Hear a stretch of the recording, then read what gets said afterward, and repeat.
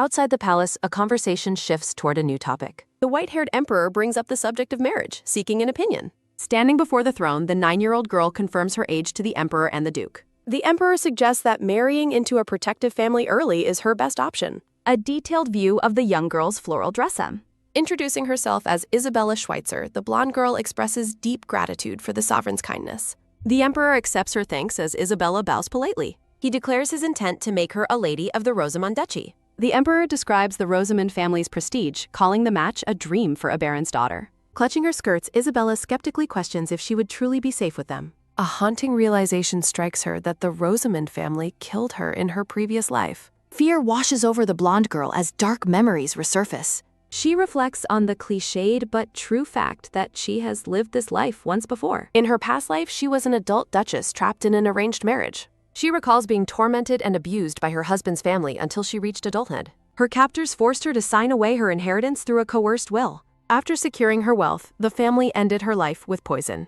Shocked and sweating, Isabella realizes she has been sent back to when she was 9 years old. She resolves to find any way possible to avoid the murderous Rosamond family. Watching the emperor, she secretly criticizes his foolish plan to repeat history. The emperor claims he is taking care of her because her parents died in the void. A dark expanse known as the void emits a lethal black mist that threatens the empire. A hooded warlock harnesses the dangerous purple energy for personal power. Isabella's parents once knelt before the emperor to accept their exploration mission. A memory shows her smiling parents being swallowed by the mysterious black mist. She views the emperor's overbearing focus on her marriage as a burden. She understands that the emperor needs her parents' legacy to continue the exploration of the void. Isabella decides she must resolve this immediate threat to her future. She prepares to take a bold stand to stop the messenger from going to the Rosamonds. Interrupting the emperor, the girl offers a sudden and sincere apology. The black-haired man, Kellerhan Barumit, watches the scene with a cold, silent expression. Isabella bows deeply, hoping her interjection will derail the emperor's plan. The emperor expresses disappointment, insisting the Duke of Rosamond is her perfect match. Frustrated by his stubbornness, Isabella fears he won't care about her safety after she weds. She claims to have admired a different family for a long time, prompting the emperor to offer his help.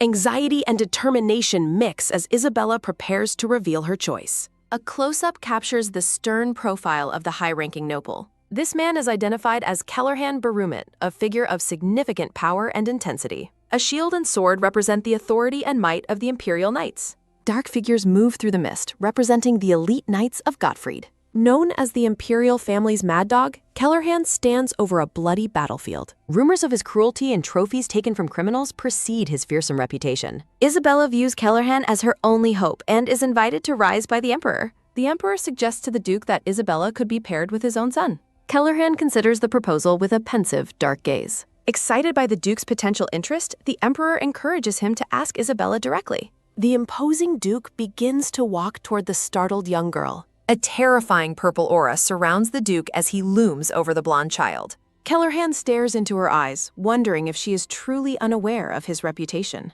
He bluntly demands to know exactly what she admires about his dangerous family. Isabella looks on with a worried and uncertain expression. Kellerhan claims his only experience is holding a sword to someone's throat. Kellerhan asks what specifically she admires about the Barumut family. Isabella enthusiastically agrees with his intense statement. Isabella smiles brightly and declares she wants to join the Barumuts to punish criminals. The emperor claps with joy while his attendants panic in the background. Kellerhan remains silent, known for being a man obsessed with his principles. Isabella tightly clutches Kellerhan's cloak, feeling that her current progress is not enough. Kellerhan stares down with a pensive and intense gaze from his red eyes. Isabella looks up with wide, pleading eyes and calls him her father-in-law. She resolves to do anything necessary to become the daughter-in-law of the mad dog. A stylish blonde man chats comfortably on his phone. The ornate carriage speeds quickly along the sun-drenched, tree-lined road. A sudden clatter rings as the carriage jolts, startling the young girl. Kellerhan sits in stoic silence with his arms crossed and eyes closed. Kellerhan tells the emperor that marriage is too important to proceed without the consent of those involved. The emperor insists he must protect her family's daughter to ensure future explorers venture into the void. Kellerhan reluctantly agrees to give the girl a trial period of 1 month. Kellerhan states he will accept her if she endures the month, while Isabella secretly agrees. Kellerhan warns that if she fails, the emperor must personally ensure she never approaches his family again. Kellerhan casts a sharp, menacing glance toward the young girl. Kellerhan threatens immediate execution if she ever dares to leak any of the Barumut family secrets. The Emperor tries to comfort her by offering the Rosamond family as a backup option. Isabella cries out in absolute protest, hating the idea of the Rosamonds even more. Isabella is relieved to have successfully avoided the murderous Rosamond family for now. A soft spark sounds as Isabella suddenly feels a strange sensation. The Emperor looks on in shock as Isabella suddenly collapses. Isabella sits on the floor and apologizes, claiming her legs suddenly gave out. The Emperor tells her to rise, but warns her to do so slowly. Isabella gasps in surprise as she is suddenly lifted off the ground. Callahan effortlessly picks up the small girl with a single hand. Callahan asks how she expects to last a month as Isabella finds her situation deeply confusing. Isabella quickly confirms her readiness to move forward with the plan. Callahan asks if she has ever met his son, to which she admits she has not. Callahan begins to explain the reason for their lack of acquaintance. Isabella reflects privately that the concept of marriage does not actually matter to her. She only cares about securing her parents' inheritance and gaining the strength to protect herself. Isabella clenches her dress as her thoughts turn toward the young Yuta Buruma. She recalls that the boy has a destined lover who is meant to appear in the future. Isabella smiles, planning to eventually divorce him once her own goals are met. She resolves to stay focused until she can call off the engagement at 18. Callahan looks out with a bored expression as the carriage continues its journey. Callahan abruptly changes his mind and decides to stop talking. Isabella looks out the window in wide-eyed amazement at her new surroundings. The carriage arrives at the massive and grand Baramut family residence. A gray-haired butler warmly welcomes the Duke back from his travels. Callahan asks for a report while handing over his cloak to the waiting butler. Callahan dismisses the court's persistent petitions for pardons as Isabella watches him closely. Isabella realizes Callahan is a mad dog who never lets go once he sinks his teeth in.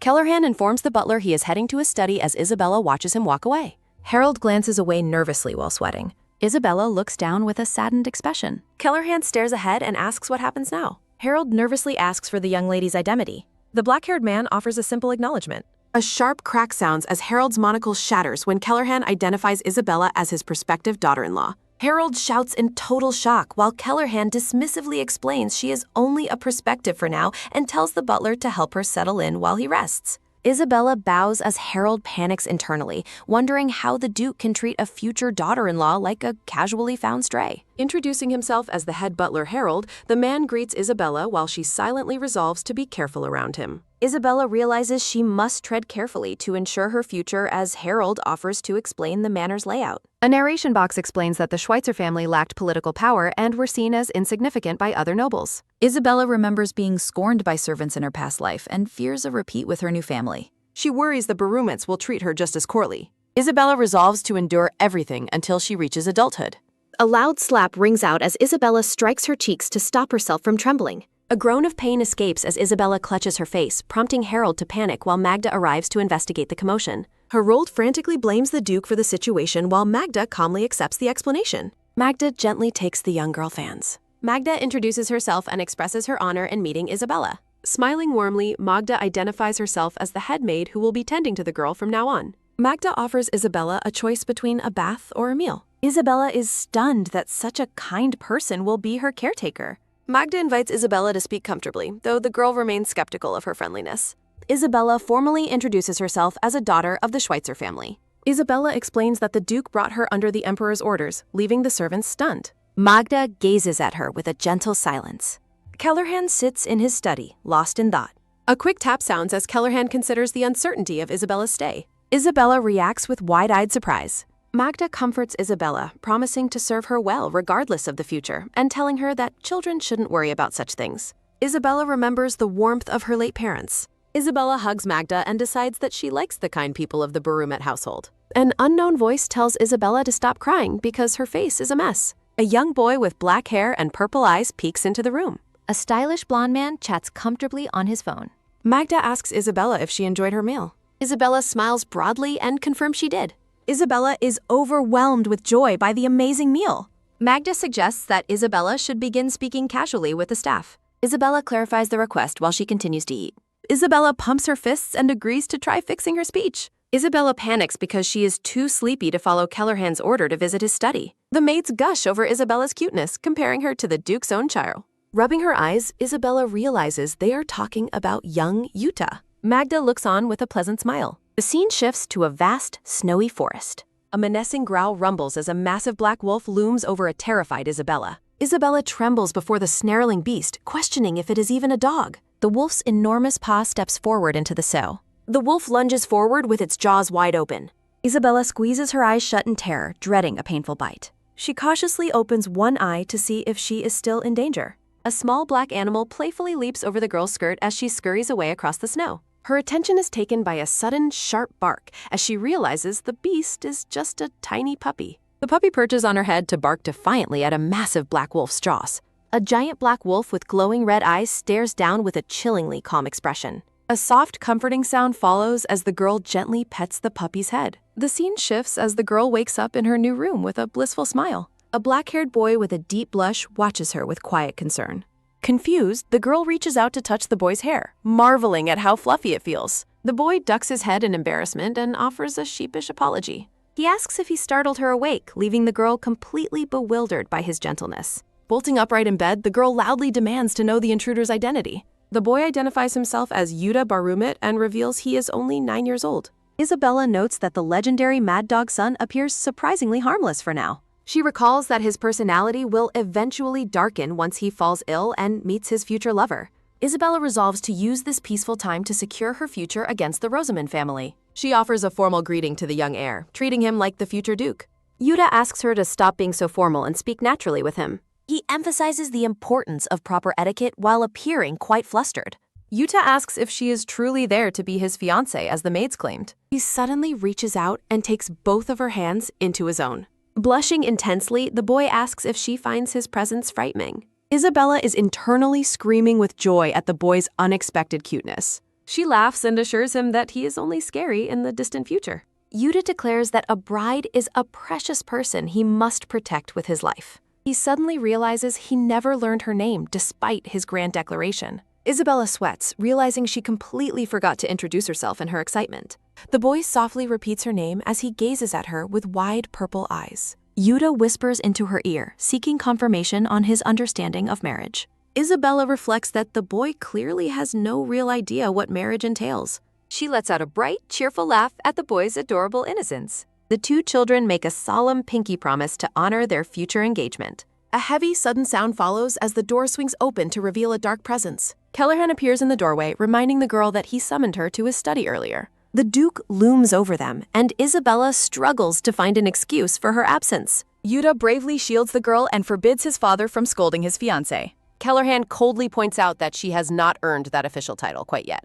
The Duke shuts down his son's protest with a sharp final command to stay quiet. He orders Yuta to leave the room immediately, and the boy submissively complies. Yuta casts a worried look back at Isabella as he is forced to the pert. A quick tap sounds as Kellerhan decides it is finally time for their private conversation. Isabella clutches her chest, feeling the suffocating pressure of the Mad Dog's gaze. Kellerhan takes a seat and mockingly suggests she can listen while lying down. Sensing a dangerous trap, Isabella politely declines, while Kellerhan wears a chilling smile. The Duke addresses her by her full name, Isabella Schweitzer, with icy precision. He bluntly tells her to give up her pursuit of the Baramuts and go to the Rosamunds.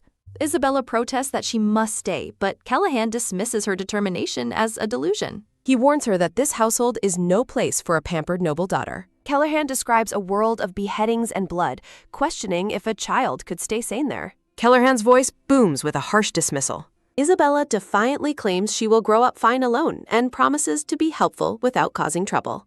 Kellerhan stands in stony silence while a soft swish sounds as he adjusts his posture. A voice questions why she is so fixated on the Barumit family. Kellerhan turns his back, lost in cold, silent contemplation.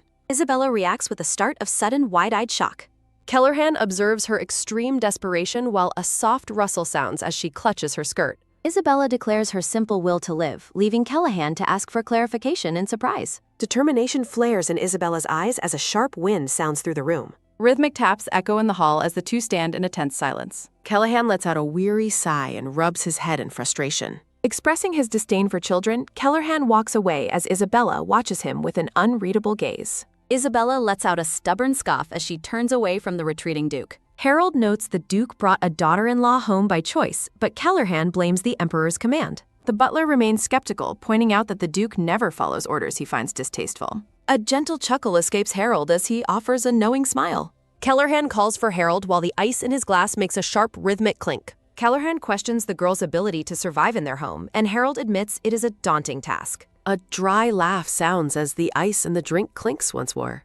Kellerhan stares deeply into his glass with a serious and pensive expression. Morning birds chirp over the manor as a maid asks how Isabella can eat so heartily. Isabella enjoys her meal with a look of pure, blissful satisfaction. The maids gush over the young lady's adorable appearance as she continues to eat.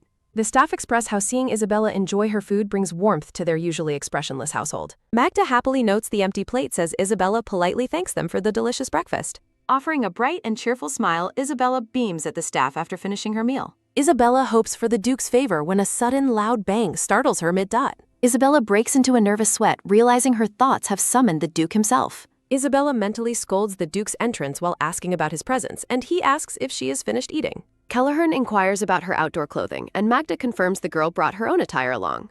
Isabella is horrified when the Duke demands she be ready in 10 minutes, mentally critiquing his lack of experience with daughters. Magda's efficiency ensures Isabella is ready on time, and the girl fondly remembers her mother's love for the yellow dress. Isabella's blue eyes widen in realization. Kellerhan stands ready for their departure, looking imposing in a regal black cloak. Isabella gazes at the Duke and reflects on his resemblance to a grim reaper in his dark attire. The Duke announces it is time to depart, and Isabella responds with a cheerful affirmation. Ominous black crows let out piercing caws. As they head toward the carriage, Kellerhan tells her to follow while she notes the ominous presence of the birds.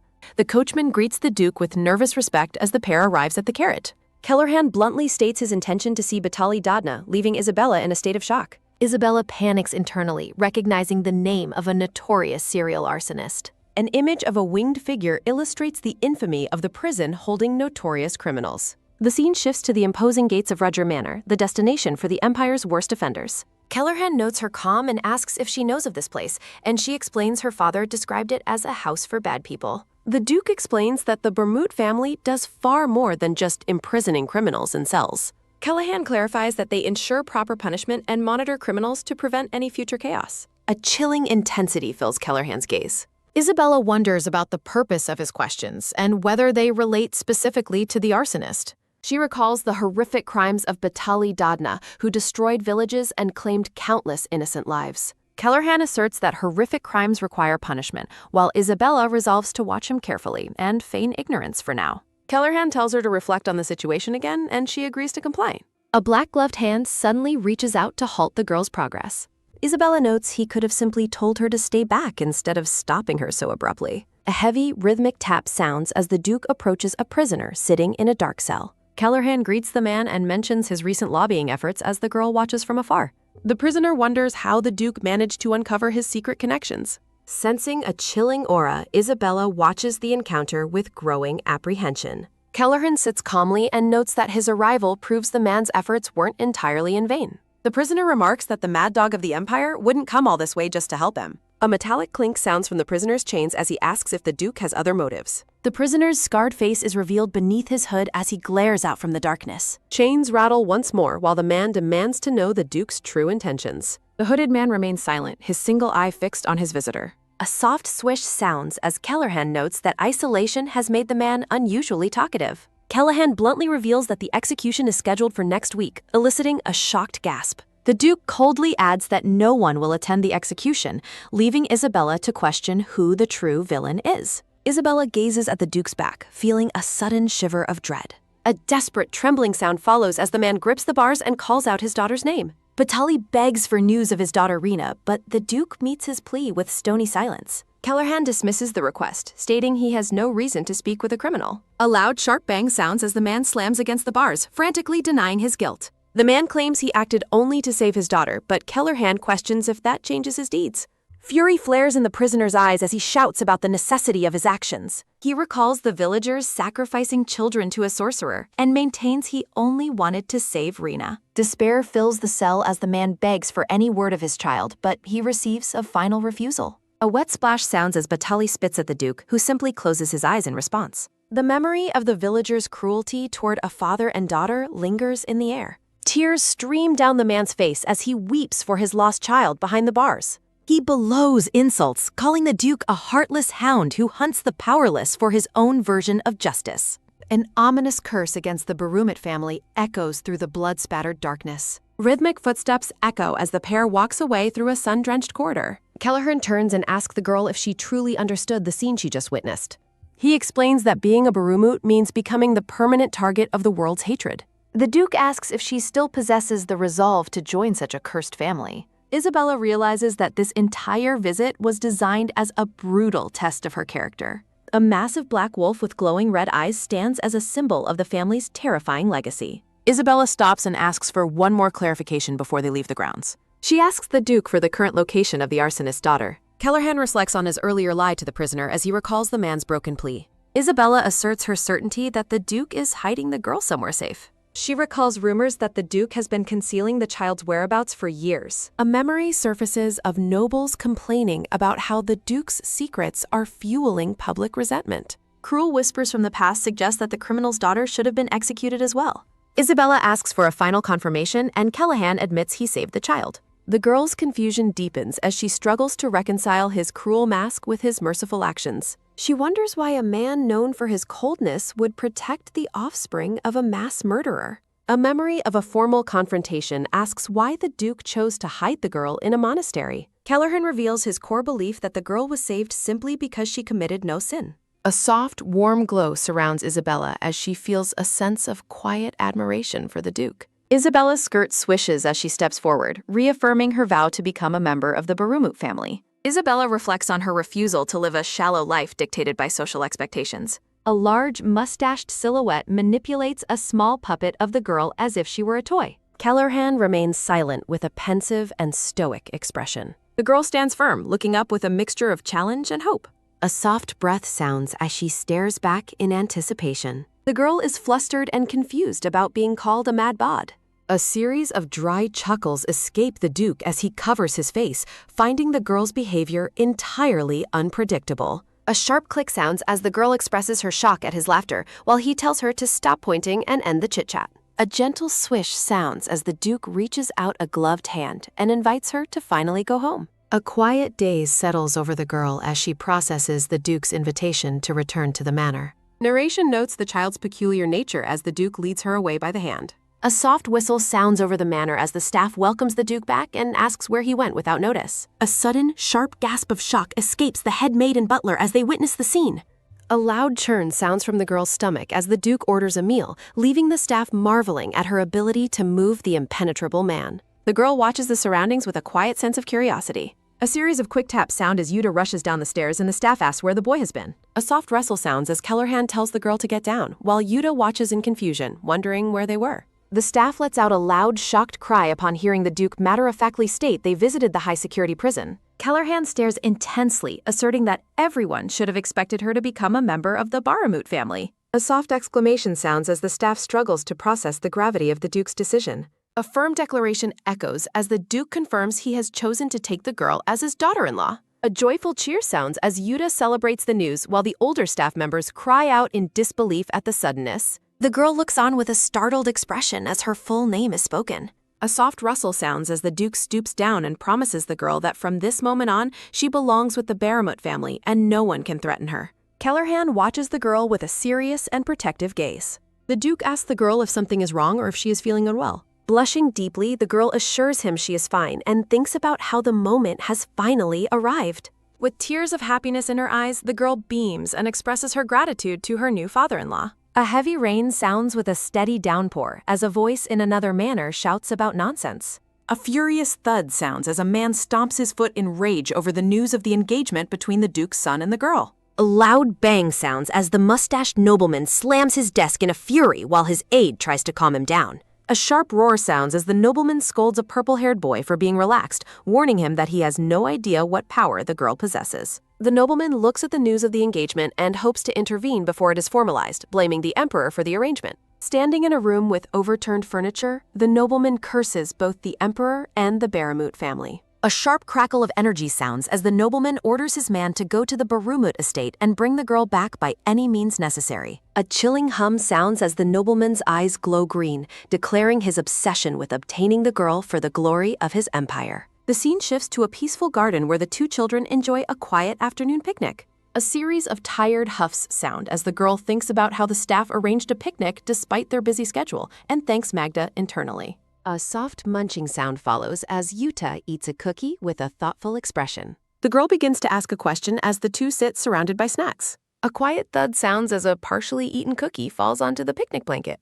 A heavy thud sounds as Yuta panics and asks if the girl is tired of him or if he ate too many cookies, while she tries to calm him down. Images of a sword and books appear as the girl mentions Magda's comments about the boy's grueling training and heavy responsibilities. The boy is shown alone at a large desk, diligently working on his studies. Isabella watches the boy with a kind and supportive smile. A rhythmic tapping sounds as the girl nods repeatedly, and the boy asks for confirmation of her words. A bright spark of inspiration appears as the boy suddenly has an idea. Holding the girl's hands, the boy excitedly suggests that she should join him in his lessons. A soft rustle sounds as a staff member watches from behind a tree while the boy argues that she wouldn't be bored if they studied together. The boy looks at her with an earnest and hopeful gaze. A sudden sharp crack sounds as a heavy boot crushes a fallen branch. Yuta demands to know who is there as a gray-haired man peeks from behind a tree, startling the children. The boy threatens the intruder while the visitor apologizes, explaining his presence has clearly rattled them. A sharp click sounds as the stranger identifies himself as a messenger sent by Duke Rosamund to meet the Duke. The gray-haired man explains he wandered into the beautiful garden because the master was away, catching Isabella off guard. A memory surfaces of a man in a vest being introduced as the person in charge of education, greeting the children. The man introduces himself as Rodolphe, and Isabella recognizes him as the right-hand man of the villainous Herbert. Isabella is struck with a sudden, anxious gasp as she internally warns Yuta to stay on guard against the newcomer. Rodolphe politely announces that Lady Isabella is being officially invited to the Rosamund estate. Yuta asks why she is being summoned, while the messenger begins to offer a calculated explanation. The man claims Duke Herbert is deeply worried about her safety, but Isabella's expression remains cold and unconvinced. Isabella recalls that the support Herbert gave her parents was purely a tool for his own selfish ambitions. Rodolphe tries to persuade the girl to follow him by offering future counsel and encouragement for her hardships. A soft swish sounds as the boy turns back, silently reading the distress written across the girl's face. The girl remains frozen and silent as the weight of the suspicious invitation settles over the garden. A vision of her newfound family at the Barmouth Manor offers a stark contrast to the visitor's demands. Rodolphe insists there is no other way, and Isabella fears she might have to comply with the order. The boy's mouth tenses as he prepares to defy the messenger's request. A firm thud sounds as Yuta steps forward, physically shielding Isabella from the intruder's reach. Rodolphe claims she will be in good hands, unaware that his every move is being watched with protective intensity. A sharp twitch of annoyance crosses Rodolphe's face as he internally insults the protective boy. The boy stares back with a defiant glare, unwilling to let the man take another step toward her. Surrounded by a floral aura, Yuta boldly declares that Isabella is his bride and belongs with him. Rodolphe's temper flares as he loses his composure, deciding to take the girl by force while insulting the Barmouth family. A sharp bang sounds as Rodolphe grabs her arm, prompting her to scream for release as a massive silhouette approaches. Tears well in the girl's eyes as she begs not to be taken back to the house that caused her pain. Rhythmic footsteps echo as Kellerhan arrives in a cloud of dark energy, questioning why the man is touching his family. A sudden, sharp gasp of terror escapes Rodolphe as he realizes the Duke has returned unexpectedly soon. Kellerhan places a comforting hand on the girl's head, noting that the intruder waited for his absence to strike. A soft rustle sounds as the boy clenches his fists, finally seeing his father standing as their protector. A metallic swish sounds as the Duke grips his hilt, calling the intruder a rat for trying to kidnap his daughter-in-law. A sharp bang sounds as Kellerhan draws his blade, pinning it to the man's throat as the intruder screams for mercy. Kellerhan looms over the terrified messenger with a gaze as cold and sharp as his steel blade. The messenger stares down the length of the sword, realizing that the Duke is truly prepared to end his life. Terror grips Rodolphe as he realizes the Barmouth Duke is completely unfazed by the Rosamund family's power. The intruder frantically backpedals, stammering that he was only following orders to bring the girl back. A sharp slice sounds through the air as Kellerhan moves closer, mockingly noting the man's slow reactions. Rodolphe warns of future consequences, but Kellerhan coldly asserts that he has no concern for the opinions of others. A loud, comical zoom sounds as Rodolphe flees the garden, shouting about his master's high regard for the lady. A soft sigh of relief follows as Isabella realizes she is safe, while Yuta checks on her well-being. The girl's eyes widen as she watches her protector, feeling a mix of awe and lingering fear. Kellerhan reflects on why the Rosamund family would go to such lengths to secure the girl's return. Narration explains that Herbert was always making relentless demands of the girl's parents in the past. A memory reveals Herbert demanding the location of the Crown of Rod group while the parents stand their ground. A sharp roar sounds as the mustached man scolds them for hiding the truth after he funded their research.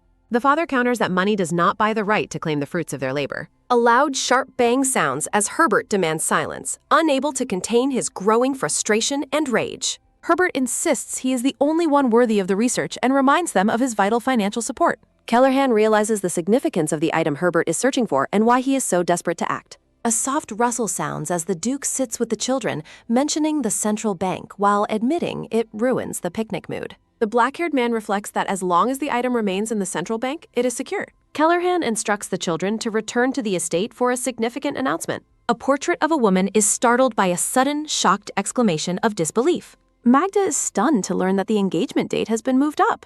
Callahan's staff is overwhelmed by the impossible task of preparing the ceremony in 1 week. Magda insists on a proper ceremony, leading the Duke to promise he won't rush the quality. Isabella looks on in confusion as the Duke orders the children to prepare for departure. The Duke reveals they are traveling to the estate of the Marquis of Bingla. Narration describes the Marquis as a wealthy, neutral powerhouse in the Empire's commerce. Isabella worries the Marquis might be a temperamental man, even more difficult than Herbert. Bruno Binkler, the Marquis's eldest son, is introduced as a handsome, long-haired noble. Bruno welcomes the group while the Duke apologizes for his unexpected arrival. The Duke and the young host exchange polite greetings in the sunlit hall. Isabella is relieved and impressed by Bruno's kind and handsome appearance. Bruno's expression turns pensive as he considers the impact of Herbert's actions. The blond man leans down to formally introduce himself to the two children. Bruno identifies himself as the eldest son of the influential Binkler family. Bruno's teasing about the engagement prompts Yuta to act as a protective shield for Isabella. The Duke requests a meeting with the Marquis to discuss official business.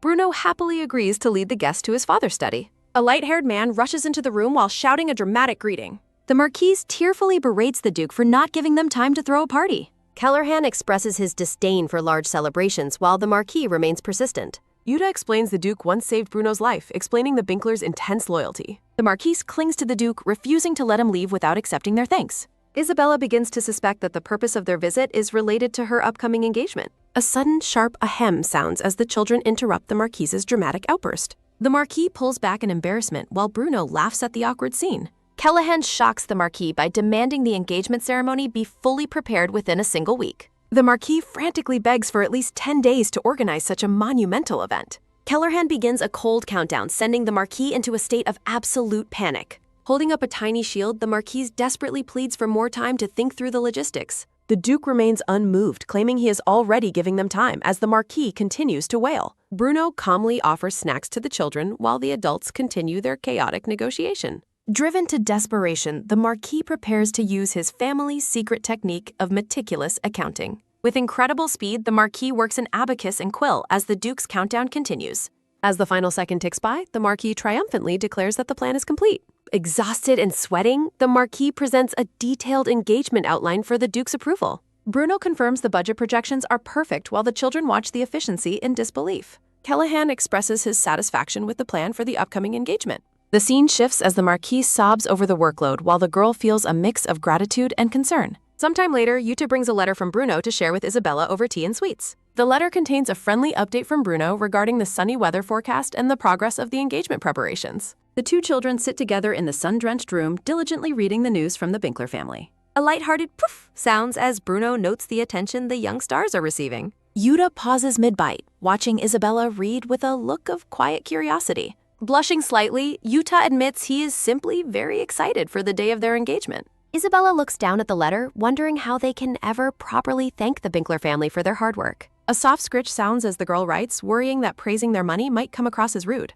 Bruno assures his weary father that they will handle everything else to ensure the event is a success. The blonde servant runs through the hall with papers. Isabella smiles warmly while expressing her sincere gratitude. Turning to the boy, Isabella asks if they had plans together for the day. Yuta looks sheepish as he prepares to explain the situation. A sharp thud sounds as a wooden training sword is presented. A soft rattle sounds as Isabella trembles while holding the sword, as Callahan notes they are ready to begin. Callahan beckons Isabella forward, leaving her nervous about the sudden intensity of his request. With a stern gaze, the Duke announces the start of a physical fitness test. Isabella looks confused while gripping the wooden sword, questioning the need for a fitness test. A lighthearted chuckle follows as the Duke leads the children toward the training area. Yuta promises to be her protector if danger arises, but suggests this training is a necessary precaution.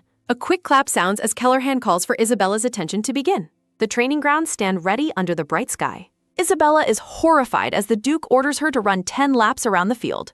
Trembling, the girl asks if the regimen is too intense while internally pleading for Yuta's help. Yuta offers an encouraging smile, telling Isabella he believes in her ability to finish. Heavy breaths sound as Isabella's shadow falls across the dusty ground. Kellerhan expresses disbelief that the girl could only manage 5 laps before tiring. The Duke claims most children her age can run 15 laps, leaving Isabella stunned. A soft scuff sounds as the Duke decides they must prioritize building her basic stamina. With a sudden lift, Kellerhan hoists the girl up and declares that training resumes immediately. Kellerhan insists that endurance is a priority for her future, even for her engagement ceremony. A formal order demands 5 laps followed by 10 minutes of rest in a repeating cycle. Yuta yields to his father's stern command with a quiet acknowledgement. The Duke demands another lap as the exhausted girl continues to run. Gasping for air, Isabella hears the command to go again. Rhythmic footsteps sound as the Duke repeats his order for another lap.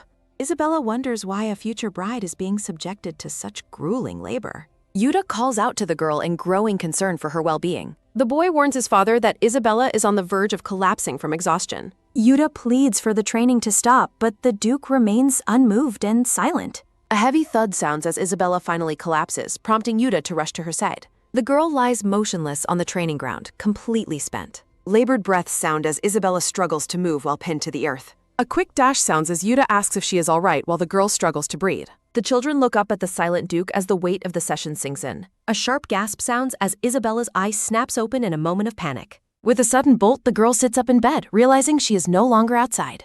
A sharp wince follows as a sudden wave of physical pain washes over the girl. Isabella groans in agony while Yuta checks on her from the bedside.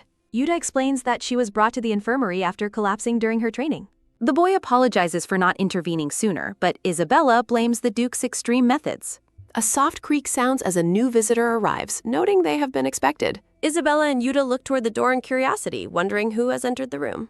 A brown-haired man greets the lady and introduces himself as Gilbert, a field medic. Gilbert is formally identified as a member of the Gottfried Order. A soft ah sounds as Gilbert begins his examination while the Duke watches from the shadows. Gilbert notes her muscles are severely strained and asks what kind of training she endured. Kellerhan simply calls it training, prompting the medic to ask if it was their usual brutal regimen. Memories of extreme combat drills fill the air as Gilbert reacts with horror to the Duke's actions. The black-haired man tells the medic not to insult him, claiming he tailored the training specifically to the girl's abilities. Kellerhan dismisses the concern by stating he simply had the girl run across the field. Gilbert shouts that she was forced to sprint 5 laps at a time before repeatedly apologizing to Isabella for the treatment. A soft "oh no" sounds as the medic asks the commander what kind of reckless training he was conducting despite her struggle. The Duke admits she looked tired but assumed she was fine since she didn't complain. A weary sigh sounds as Gilbert argues that her exhaustion was obvious and warns the Duke not to treat his future daughter-in-law like a knight. Isabella silently thanks him for the support while worrying about his safety for calling the Duke a mad dog. The medic notes that the girl comes from the prominent Schweitzer family. Gilbert describes her family as a house of brilliant but non-wealthy scholars who are typically quite weak. A soft sounds as Gilbert illustrates how bookish types can barely hold a short sword, leaving the children offended and confused. Kellerhan expresses genuine disbelief that anyone could struggle to lift a small sword, while Gilbert suggests treating scholars like fragile dolls. Gilbert happily offers to handle her physical regimen while the Duke agrees, leaving Isabella horrified at being compared to a straw doll. The Duke decides physical training will stay with Gilbert while he focuses on teaching her basic swordsmanship. Resting a wooden sword on his shoulder, Kellerhan prepares to demonstrate practical combat techniques. The girl nervously grips her own wooden sword while standing in the dusty training area. A rhythmic rattle sounds as Isabella wonders why the training weapon feels so incredibly heavy. The Duke watches her with a silent, piercing gaze. A soft huff sounds as the Duke observes her while the girl reacts with a sudden start. A cold shiver sounds as Isabella worries that the current situation looks very unpromising. 2 stuffed training dummies wait as targets in the afternoon sun. A sharp whoosh sounds as Yuta steps forward while holding his training sword. Isabella realizes she has never actually seen the boy use a sword before today. Rapid footsteps sound as Yuta lunges forward with incredible speed and precision. A flurry of strikes sounds as the boy's strikes move too fast for the naked eye to track. A quick snap sounds as Yuta finishes his movement, leaving the girl in absolute awe. Isabella cheers enthusiastically for Yuta's incredible speed while the embarrassed boy lets out a bashful giggle. A soft blush sounds as Yuta sheepishly explains it was only a basic thrust while the girl finds him adorable. A sudden thud sounds as the Duke points to Isabella and demands she try the move herself. A soft sob sounds as the girl tearfully prepares to swing the heavy sword while Kellerhan orders her forward. Yuta offers words of encouragement as Isabella approaches the target with her sword raised. A tight grip sounds as the girl squeezes the hilt with all her might. Steeling her resolve, Isabella closes her eyes and prepares for her first attempt. A swift whistle sounds as the sword cuts through the empty air. A heavy crash sounds as Isabella realizes she missed the target entirely, shocking both the Duke and the boy. With a grim expression, Kellerhan demands she try again as the girl dejectedly agrees. A sharp shout sounds as Isabella swings again while the Duke instructs her to lower her stance. A loud grunt sounds as the girl puts more strength into her swings under the Duke's constant orders. Heavy panting sounds as the girl's stamina begins to fail once again. The training dummy remains perfectly intact, mocking her failed efforts. A dull thud sounds as the tip of her sword falls uselessly into the dirt. Frustrated and tired, Isabella laments her inability to even scratch the target or mimic Yuta's form. Labored breaths sound as the girl struggles with numb fingers and a body that feels like lead. The Duke's voice softly calls her name as she remains hunched over in exhaustion. A sharp gasp sounds as Isabella looks up in surprise at the Duke's sudden change in tone. Kellerhan looks down at the girl with a complex, unreadable expression. The Duke kneels before her, placing his hands on her shoulders to get her full attention. A moment of heavy silence follows as the Duke prepares to speak. Kellerhan explains that being part of his family brings constant danger, and he wants her to be able to protect herself when no one else is around. Isabella is left speechless by the Duke's unexpected confession of concern. A happy giggle sounds as the girl's heart melts with joy upon learning the Duke's true protective intentions. Kellerhan ends the session questioning Yuta's silly grin before telling the children it's time to head back. Isabella asks the Duke to teach her the move he performed earlier, promising to follow his instructions carefully. A soft peak sounds as the boy happily agrees to her request. Narrative text reveals the girl's determination to clear her mind and focus on extending her arm properly. Yuta demonstrates the movement, instructing the girl to keep the sword's tip aimed steadily. The boy encourages her by explaining the move is simple and there is nothing to fear as the Duke watches. Isabella closes her eyes and tells herself to remember and visualize the sequence. Thoughts of how Yuta held his stance fill the girl's mind. The girl ponders the exact angle of the sword used during the demonstration. The blonde girl stares ahead with focus. Rhythmic strikes sound as Isabella lunges forward toward the training dummy. Stunned silence follows as the Duke and the boy react to her display. Excitedly pointing at her work, the girl calls out to the Duke to see her success. Wooden sword strikes center of target. Girl stunned by own sword quest. A soft scuff sounds as the black-haired man calls out the girl's name. Kellerhan praises the perfection of her thrust while the girl remains silent. A quick dash sounds as Yuta rushes over to check on the bro. A sudden gasp sounds as a realization of pain hits the girl. Man watches with sharp, surprised gaze. Isabella groans in pain as she clutches her wrist, prompting Yuta to ask if she needs medical attention. Bandaged hand shakes with physical strain. The boy expresses concern that the physical demands might be too much for her. A sudden stop sounds as Kellerhan places a hand on the boy's shoulder and tells him to stop speaking. Heavy footsteps sound as the Duke carries the sleeping girl away from the grounds. Labored breaths sound as Isabella offers a weak word of thanks while falling asleep. Girl's hand wrapped in white bandages. Hand reflection seen in Brew-Eye. A soft thud sounds as the girl lies back on her bed. A soft hum sounds as the girl triumphantly realizes she succeeded. Isabella feels a deep sense of pride for her small but significant achievement. A sharp wince follows as the girl cries out in pain from her wrist. Looking at her injury, the girl reflects on how wonderful it feels to finally achieve something. Girl lies contentedly in her bed. Small smile forms on girl's face. Narrative text reveals the girl's long history of lack of effort or achievement since her parents' death. Girl looks up with thoughtful expression. A system window notes the girl's excitement for what the next day will bring. Girl curled up fast asleep tonight. Formal guests discuss the pressures of attending the event and the consequences of declining. Guests gossip about the Duke's fearsome reputation as a mad dog and speculate on his behavior today. Spectators are shocked by the Duke's handsome appearance in his formal uniform while he notes the other's tardiness. A sudden call sounds as someone addresses the Duke with respect. Close up on man's startled eye. A quick run sounds as Isabella enters in a beautiful gown, breathlessly apologizing for her late arrival. Isabella wonders about the guest's stares while the Duke mentions Yuta's imminent arrival. Spectators admire the pair while a voice calls out to the girl from the distance. Yuta appears in a white suit, looking worried and asking the girl for her opinion. A bright glow sounds as the girl enthusiastically tells the boy he looks incredible. The boy is left flustered and shocked by the compliment while the girl confirms her statement. Isabella thanks the attendee while they comment on what a beautiful couple the children make. A gray-haired priest smiles kindly while meeting the pair, as Yuta looks on with a confused expression. The priest introduces his fellow clergy who will be assisting with the engagement ceremony. The priest credits Duke Barmouth for the temple's survival, while Isabella wonders why so many clergy are present. Isabella realizes the depth of the situation as the priest praises the Duke's importance to the empire. Callahan sighs at the unnecessary number of clergy, noting they all seem terrified of him. Isabella observes the tense atmosphere, wishing the fearful clergy would at least try to hide their nervousness. Callahan stands amidst symbolic red flowers and skeletal hands while wearing a crown. Callahan notes that everyone seems nervous as the ceremony begins. A rhythmic thud sounds as Callahan mentions his recent execution of black magicians at the border. A priest with wavy brown hair smiles thinly while holding a gold cross. Priest Otten calls the Duke's actions a tragedy, accusing him of committing unnecessary killings. Priest Otten claims the victims were children of the divine, while Callahan finds his perspective interesting. Images of dark-cloaked figures attacking civilians illustrate Callahan's argument against the priest's sympathy. A soft gasp sounds as Priest Otten suggests there was surely a way to save everyone involved. A soft murmur sounds as the gray-haired priest begs Priest Otten to stop his provocative speech. Priest Otten questions if the Duke simply lacked the skill to subdue the magicians without killing them. Callahan remains silent while staring at the priest with a cold, piercing gaze. The gray-haired priest urgently reminds everyone that the ceremony is about to begin. Priest Otten asks for understanding as he claims to be preaching the commandment of mercy. Priest Otten explains that the Lord gives everyone a chance to repent for their sins. Callahan looks on as the priest cites the angel of punishment to argue that mercy is a primary virtue.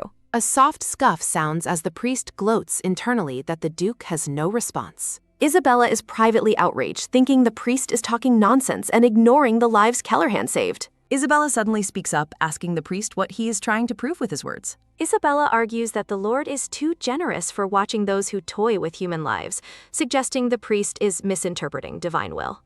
Rhythmic footsteps sound as the gray-haired priest states the law must protect the weak and punish the guilty. A cold shiver sounds as Callahan asks if the priest agrees that he shouldn't be obligated to protect monsters. A heavy silence falls as Callahan suggests the priest preach his message of mercy to the victims of the attack. A sharp glare sounds as Callahan warns he cannot guarantee the priest's safety if he follows through. Callahan demands the priest stop reciting the stories of the 12 angels immediately. Isabella sticks her tongue out at the departing priest, feeling a sense of petty triumph. The gray-haired priest apologizes to the Duke for Priest Otten's disrespectful behavior. Gilbert notes the priest is as fragile as his daughter-in-law while the other clergy look away awkwardly. Announcement calls for applause to welcome the lovely young couple. Yuta and Isabella walk happily down the aisle during their engagement ceremony. Narrative text expresses deep gratitude to all the guests who joined the celebration today. Narrative text declares the gathering a blessing from the Lord for the couple's bright future. Callahan watches the children while the narrator notes the miracles that brought them to this moment. Isabella feels a sense of relief as the ceremony finally concludes. Isabella celebrates becoming a bar mitzvah until an uninvited guest questions why he wasn't informed.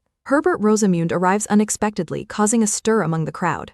Callahan points out he didn't send an invitation, but Herbert insists on attending due to their family history. A red-haired boy watches from the side, thinking Isabella was almost his own fiancée. A sharp smirk sounds as the boy watches the girl with a calculating expression. Isabella reacts with visible horror at the sight of the newcomers. Dark memories overwhelm Isabella as she vows never to live that way again.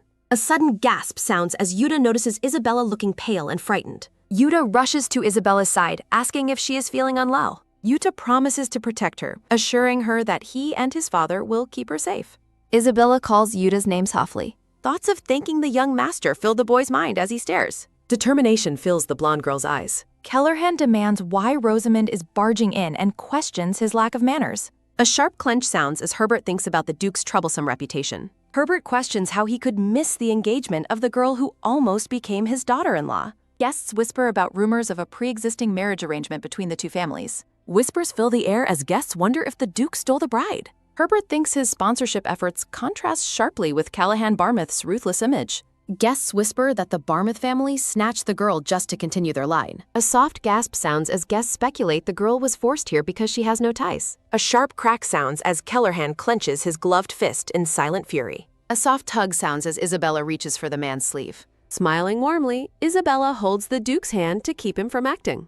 Isabella looks ahead with intense focus. Isabella vows she will never act the way Herbert Rosamund wants her kill. Memories of dark nights and abusive treatment resurface in the girl's mind. Curtsying gracefully, Isabella introduces herself as the future daughter-in-law of the Barmouth family. Isabella speaks with a resolute expression. Isabella realizes she must not tremble if she wants to avoid being a fool. Isabella clarifies that she chose to marry into the Barmouth family of her own free will. Boldly standing her ground, Isabella continues her speech. Isabella declares she never wanted to marry the unjust Lord Rosamond, leaving Heiner shocked. Heiner reacts with rage at the girl's bold nonsense. Calling her an insignificant brat, Heiner raises his hand to strike the girl. A sharp slap sounds as Yuta catches the boy's wrist before he can strike. Heiner mocks Yuta, asking if he's playing protector just because he's her fiancé. Pointing a finger, Heiner accuses the girl of insulting the 5 ducal families. A sharp groan sounds as Yuta crushes the red-haired boy's wrist with incredible force. Heiner is left in shock by the boy's unexpected physical strength. Isabella urges the boy to let go, calling Heiner an object that shouldn't be touched.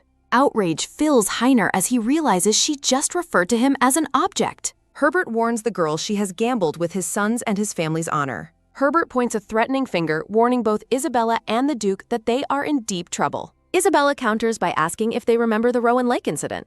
Tense whispers break out among the crowd following the girl's question. A blonde man in a red coat expresses nausea just thinking about the horrifying event. A vision of a boat trip on a lake filled with dead fish appears. Narrative text explains that the fish in Rowan Lake died from mass poisoning. The text notes the investigation was hushed up, though the girl claims to know the truth. A sudden revelation identifies Lord Heiner as the true culprit of the poisoning. Heiner turns pale and trembles as the accusation hangs in the air. Guests whisper about the strangeness of a mage poisoning a lake favored by nobles. Images of dark magic appear as the narrator questions the official story of a bribe. A memory reveals a mage under Rosamond's patronage being forced into a false confession. Pointing a firm finger, Isabella confronts her accusers head-on. Herbert calls the claim baseless, while Isabella admits she currently lacks proof. Isabella thinks her current goal is to make a specific person question the incident again. Isabella calls for someone to listen and step forward immediately. A blond man with glasses and a choker smiles while talking on a phone. A man speaks with a serious tone, his face partially obscured. Isabella looks surprised while Yuta stands beside her as she learns that many people felt the previous incident was never properly resolved. Schmidt-Kallman, the vice captain of the order, explains that the Noble Union Police Bureau took over the investigation before his own Knight Order could intervene. Schmidt-Kallman tells a mustachioed man that he was unfortunately wrong in his previous assumptions about the case. A historical map illustrates the various investigative agencies operating within the empire. The Noble Union Police Bureau is depicted as an elite organization serving the high-ranking nobility. The Gottfried Knight Order is identified as the empire's primary defense against major crimes involving dark magic. A comparison shows the First Knight Order handles crimes outside the capital, while the Second Knight Order manages internal security. The Third Knight Order is responsible for handling general armed conflicts and minor criminal offenses. Isabella realizes that the First Knight Order must feel deeply humiliated after the police bureau seized their authority over the investigation. Schmidt-Kallman turns his attention to the young girl and asks for her input. Isabella looks nervous as she claims she learned the secret information because her parents were under the patronage of the Rosamond family. She explains to the group that she accidentally overheard inspectors discussing the research during their visit. A sharp kayuk sounding escapes the mustachioed man as he reacts with visible distress and anger. The mustachioed man tries to dismiss Isabella as a mere child, but Schmidt-Kallman laughs and insists her testimony is perfect. A soft saw sounding accompanies the man's tight grip on his cane as Schmidt argues that reopening the case will clear the family name. Whispers fill the room as the crowd agrees that pushing the matter further will only lead to a greater public scandal. The mustachioed man forces a polite smile while a panicked Yuta begs his father to wait. With a dark and menacing expression, the man bids the group farewell until their next meeting. A quick tadadadak sounding follows the man and Yuta as they make a hasty exit from the gathering. Yuta pauses for a moment to look back and ensure that Isabella is unharmed. A sudden rock sounding punctuates the moment as Isabella lunges forward to give Yuta a heartfelt hug. A bright hua-ak sounding follows as Yuta's face turns bright red from the unexpected physical affection. Isabella admits that she was only able to find her courage because he was by her side. She looks at him with genuine gratitude while thanking him for his support. Yuta is left completely flustered and blushing as Isabella continues to hold him. Schmidt-Kallman formally introduces himself to Lady Isabella and offers his sincere congratulations on her engagement. He expresses deep gratitude to Isabella for providing the justification needed to finally reopen the criminal investigation. Schmidt looks hesitant as he warns Isabella that a public investigation could potentially damage her social standing in the future. A graphic depicts Isabella being judged and ostracized by high society, suggesting the heavy social cost of her actions. Schmidt-Kallman is shocked by Isabella's lack of concern for her own reputation. Isabella reflects on the misery of being an outcast, but decides she would rather see her enemies suffer than worry about social scenes. A low ha sounding accompanies Isabella's dark and vengeful smile as she vows that Heiner will get exactly what he deserves. Isabella lets out a maniacal laugh that leaves the nearby knight looking confused and slightly terrified. Schmidt-Kallman is deeply moved and awed by the girl's fierce determination and spirit. The scene shifts to a peaceful and lush green valley overlooking a distant town. A cloaked figure kneeling in the grass notes that a major event has occurred without their knowledge. A red-haired woman on horseback reads a newspaper with a devious grin, finding the latest news very interesting. Leaves drift through the air as she expresses her eager anticipation for an upcoming meeting. The red-haired woman's eyes glint with mischief as she whispers Isabella Schweitzer's name. Schmidt-Kallman impulsively asks to become Isabella's personal knight, much to the shock of Yuta and the dark-haired Callahan. Callahan casually grabs Schmidt by his cloak and drags him away while Yuta watches in disbelief. A sudden Kong sounding marks Isabella's total shock as she processes everything that just happened. A loud Kong sounding echoes as a heavy official stamp is slammed down onto a document. A soft phallic sounding of papers fills the silence as Isabella sits nervously before Callahan in his office, wondering why he isn't speaking. Isabella panics as she recounts her crimes, including interrupting a conversation and standing up to the powerful Rosamund family. She continues to spiral as she remembers pointing her finger directly at a high-ranking duke. Isabella looks completely dejected, regretting her earlier confidence and bracing herself for a severe scolding. Callahan simply orders her to study, causing Isabella to shout a frantic apology out of pure reflex.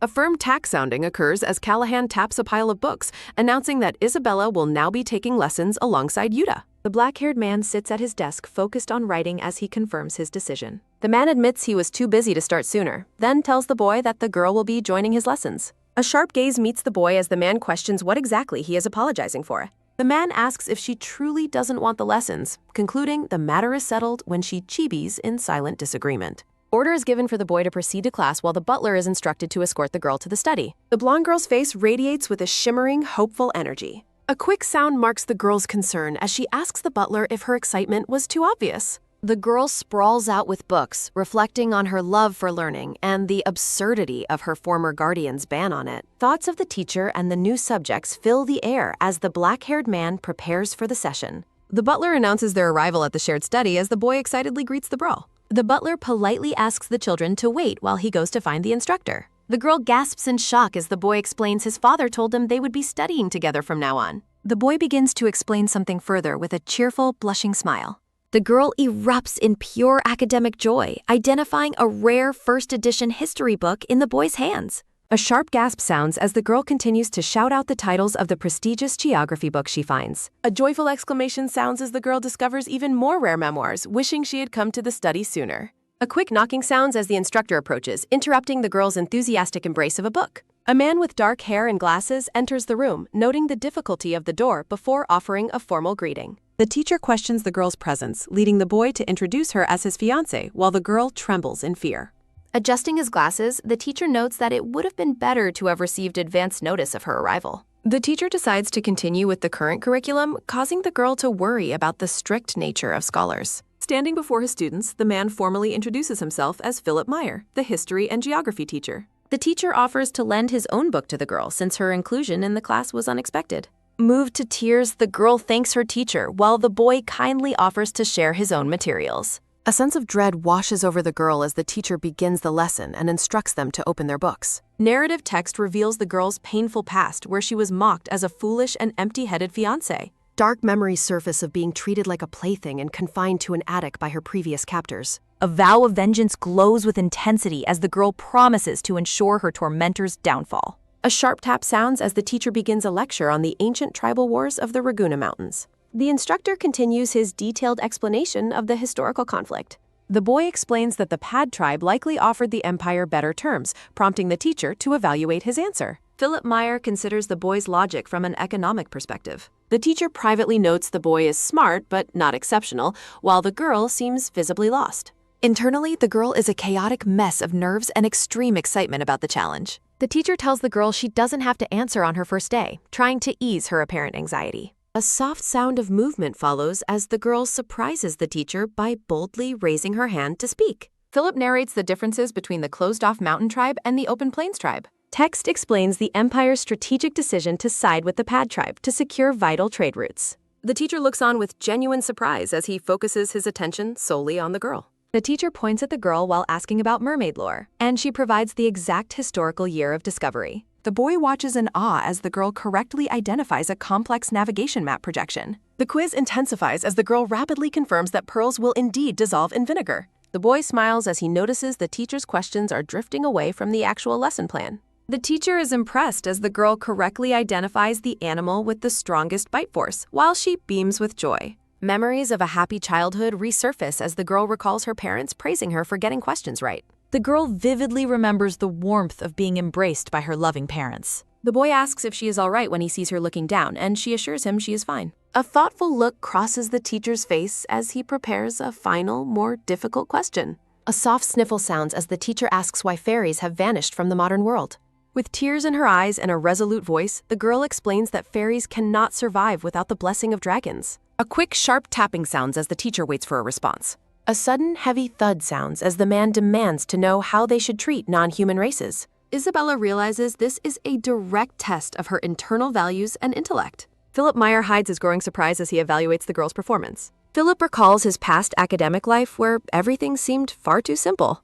He accepted the tutoring position solely to fund his personal research projects. He initially believed teaching noble children would be an effortless task. A sharp, papery slap sounds as he faces the reality of uncooperative students. He struggled with a variety of students who lacked either brains or academic motivation. Preparing his thesis without sleep has left him completely exhausted and drained. He admits that teaching the well-behaved Lord Yuta is his only source of relief. The butler apologizes for the surprise as he introduces a new student for the lessons. Isabella's flawless grasp of specialized knowledge and lore leaves the teacher stunned. Isabella worries that she allowed her excitement for learning to become too obvious. The teacher presents a complex philosophical question to gauge Isabella's unique perspective. Isabella explains that her views were shaped by frequent discussions with her late parents. Philip is taken aback by her progressive view on equal rights for all races. He wonders if she simply prepared her answers in advance to impress him. He concludes that she must come from a family that prioritized intellectual growth. Isabella mentions her scholar parents passed away due to a mysterious phenomenon called the void.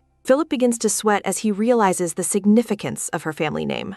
Isabella formally introduces herself as the daughter of the famous Schweitzer family. Philip reacts with explosive shock, recognizing her parents as his personal academic heroes. He acknowledges that her parents were legendary figures in the scholarly community. A sense of deep reverence fills the man's posture. He finds her intellect far exceeds even the impressive rumors he had heard. Yuta looks on with a silent expression of genuine awe and amazement. Yuta is impressed that she understood complex engineering at such a young age. Philip falls into a quiet state of deep reflection and professional contemplation. The teacher turns his full attention back toward his brilliant new student. A soft, rustling bow sounds as Philip formally apologizes for his earlier lack of professionalism. Isabella warmly assures him that his challenging questions actually helped her feel comfortable. Isabella expresses her sincere excitement for the rest of their educational journey together. Philip solemnly accepts his new responsibility with a look of intense focus. Isabella lets out a tired stretch after finishing the rigorous academic session. Yuta is pleased to see that Isabella enjoyed her first formal lesson. Isabella's enthusiasm for more subjects leaves the young boys slightly overwhelmed. A new teacher named Jane arrives to lead the music and dance curriculum. Isabella offers a polite apology for her sudden inclusion in the social class. Jane welcomes her warmly, noting that dancing is more enjoyable with more participants. The instructor decides to begin their very first lesson with social dancing. The pair begins to learn the waltz, described as the flower of social dance. Isabella feels hesitant because she is unfamiliar with the various styles of the dance. She expresses a deep fear of messing up the complicated steps in front of others. Yuta offers a comforting whisper, suggesting they take their first steps together slowly. Isabella agrees to begin the lesson immediately following the instructor's technical explanation. A rhythmic clapping sounds as Jane calls out the formal dance commands. Jane continues to clap firmly, emphasizing the timing of the movements. Jane erupts in frustration as Isabella struggles to grasp the basic steps after an hour. Isabella's world begins to spin as she reaches her physical limit for the day. Isabella collapses in frustration over the extreme difficulty of the formal dance steps. She's baffled by Yuta's natural talent for social dance while she remains dizzy and confused. Isabella openly expresses her intense jealousy toward the young master's effortless skill. Isabella laments being outclassed by a child while Yuta responds with a bewildered thank you. Encouraging musical symbols and a small drawing signal the conclusion of the rigorous lesson. Yuta notices Isabella's physical exhaustion as they begin to climb the grand staircase. Despite her fatigue, she resolves to build more stamina to handle future academic and social burdens. She motivates herself to overcome future challenges against the rival family without showing weakness. A sharp tap sounds against the polished wood as someone prepares to enter. The silver-haired knight notes the report is finished while his red-haired companion calls out to Bella. The red-haired man asks about tomorrow's training while checking if his companion is paying attention. A sudden, quick movement sounds as the knight leaps forward with unexpected speed. The red-haired man reacts with panic to Bella's sudden and highly inappropriate appearance at the residence. Bella leaps into the air with playful energy and a joyful expression.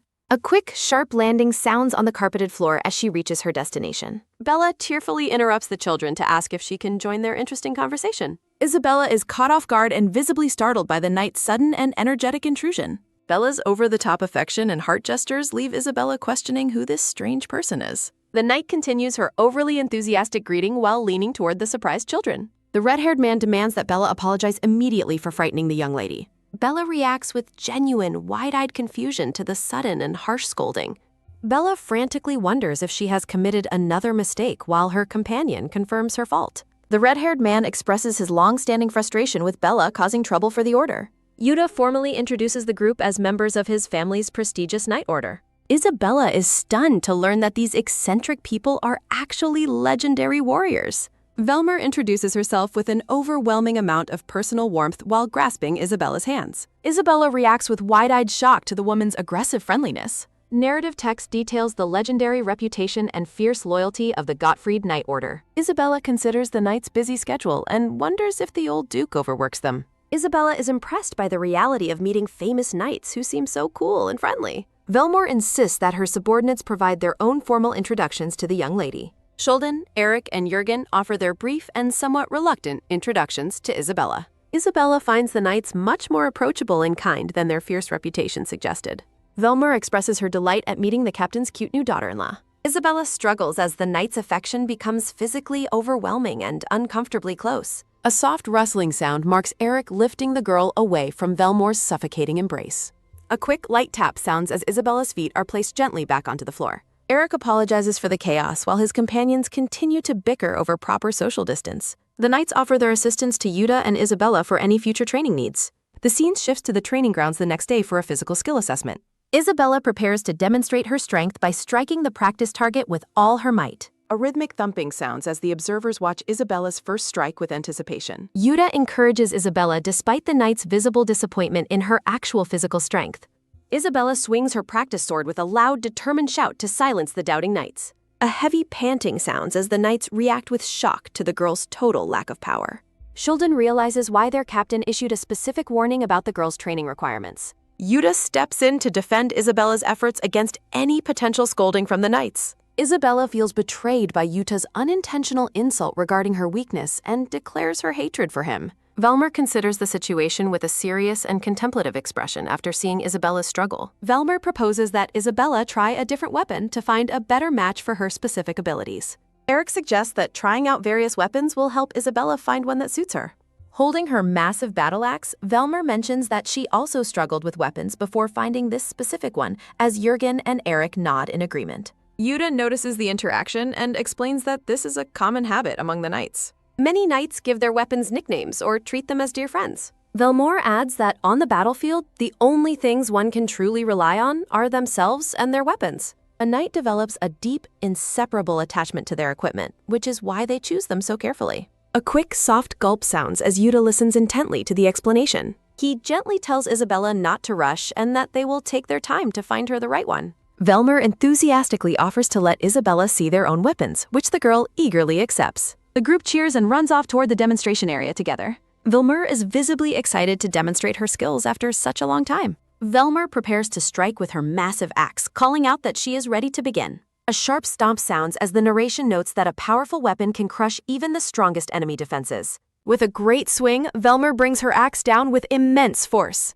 Jürgen shows off his proficiency with a long spear, striking a target from a distance as the axe strike clears the area. 3 arrows hit a target in quick, rhythmic succession. The bow's long range allows for both assassinations and support from a distance. Eric stands ready with his bow, leaving Isabella and Yuta completely awestruck.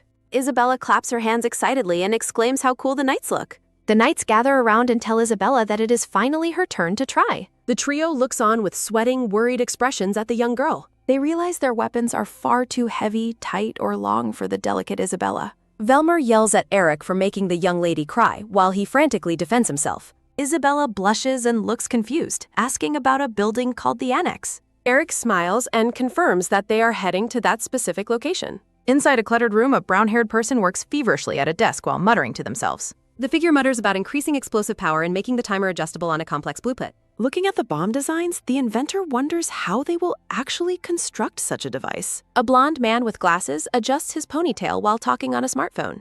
Eric continues the explanation, hoping they might find something suitable for Isabella in the Annex. Isabella hears a rumor that the building is haunted by the ghosts of those who died working there every night. The exhausted inventor pauses for a moment, sensing an intrusion.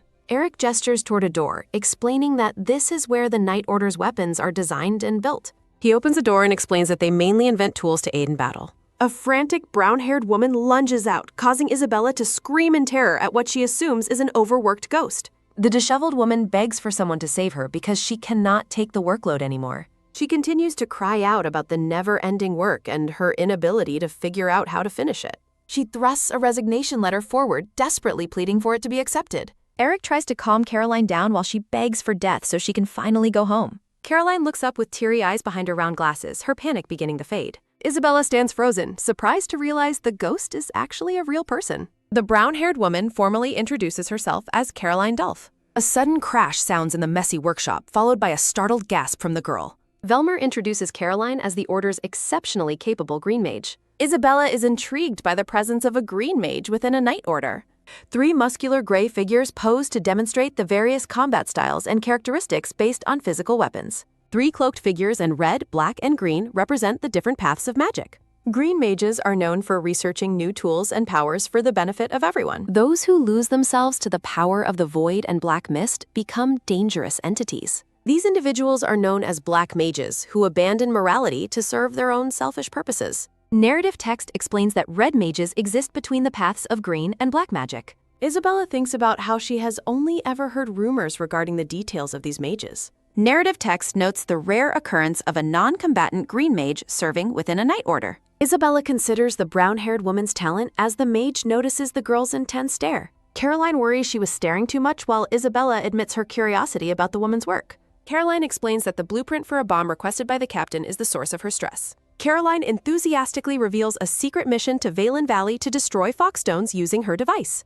Jurgen scolds Caroline for revealing a secret mission while she laments her inability to finish the design. Caroline frantically begs Isabella to forget her words, assuming the young girl has no interest in such things. The green mage looks on with wide, glistening eyes behind her large glasses. Isabella stares intently at the complex blueprint spread out on the table before her. Caroline offers to let the girl take a closer look, which Isabella accepts with an excited shout. The knights and Yuta watch with fond smiles as Isabella curiously examines the cluttered workstation. Caroline watches the girl with a blush, thinking about how curious she must be after meeting a mage. A memory surfaces of a younger Caroline standing beside a brown-haired man at a research desk. Caroline smiles warmly and tells Isabella that the blueprint reminds her of her own childhood. The blueprint detailed on the parchment shows a square-shaped container with various internal mechanisms. Isabella points out the specific shape of the bomb, surprising the inventor who didn't expect her to recognize it. The knights admit their lack of understanding, while Isabella notes how different this is from other bombs. A standard spherical black bomb with a simple fuse is shown for comparison. Isabella notes that most bombs are typically shaped like spheres or pipes. The young girl places her hands on the blueprint as she continues to study the unique design. Caroline explains that her primary goal for the design is to ensure easy installation on the battlefield. Jurgen finally understands why the device is square, as he imagines it fitting perfectly into a rock crevice. Caroline clarifies that she is actually attempting to construct a bomb that explodes at a predetermined time. The mage continues her explanation with a nervous expression as she considers the technical difficulties. She notes that while the power and form are decided, the length of the fuse remains the primary issue. A vision shows a long fuse being easily spotted by an enemy while Caroline collapses from exhaustion. Isabella looks up with a thoughtful and slightly worried expression as she listens to the dilemma. Caroline looks down with teary eyes, feeling the weight of her unfinished task and lack of sleep. Isabella suggests coiling the fuse inside the bomb to make it burn longer while remaining hidden from view.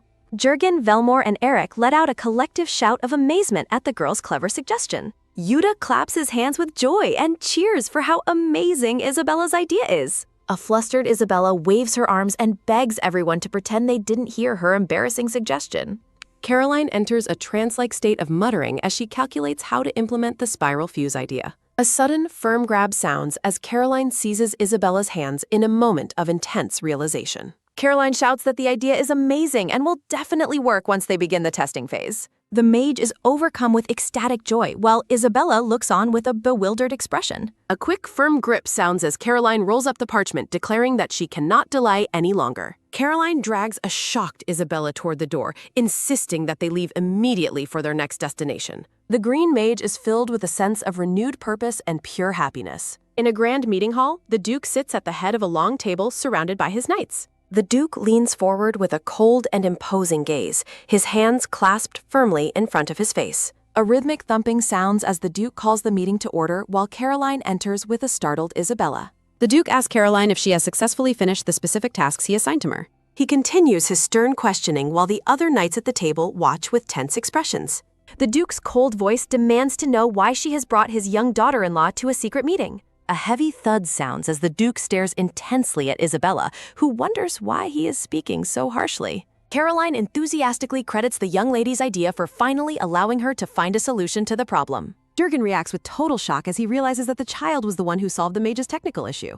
A loud bang sounds as a gloved hand strikes the table while a cold voice demands to know what Caroline just said. Leaning over the table with a shocked expression, the blonde man asks for confirmation that the young lady really assisted her. A rhythmic stomp sounds as the blonde man marches toward the girl with a highly dramatic and unusual gait. He looms over Isabella with a flushed face and wide eyes, overwhelmed by the realization that she is only 9 years old. Isabella sweats nervously as the man stares at her with intense, glistening eyes. The blonde man breaks down in tears of admiration, marveling at how such tiny hands could accomplish such an incredible feat. He expresses his deep disappointment in Caroline for delaying such important news, while the mage frantically explains she only just met the girl today. The man is visibly moved by Isabella's brilliance, though the young girl finds his emotional reaction quite strange despite his handsome appearance. A small version of the man explains that his duties as vice captain kept him too busy to visit her sooner. Surrounded by glowing flowers, the blonde man kneels before Isabella and formally introduces himself as Abraham Blasaha.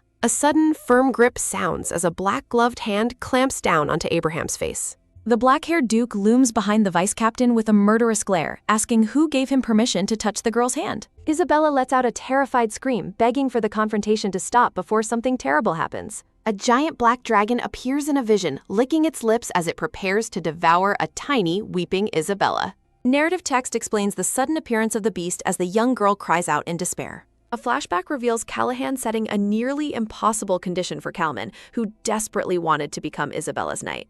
Callahan's past demand to hunt a dragon is recalled as the fearsome black beast let out a thunderous roar. In the meeting hall, the knights whisper about rumors that Calman is already out searching for a real dragon to hunt.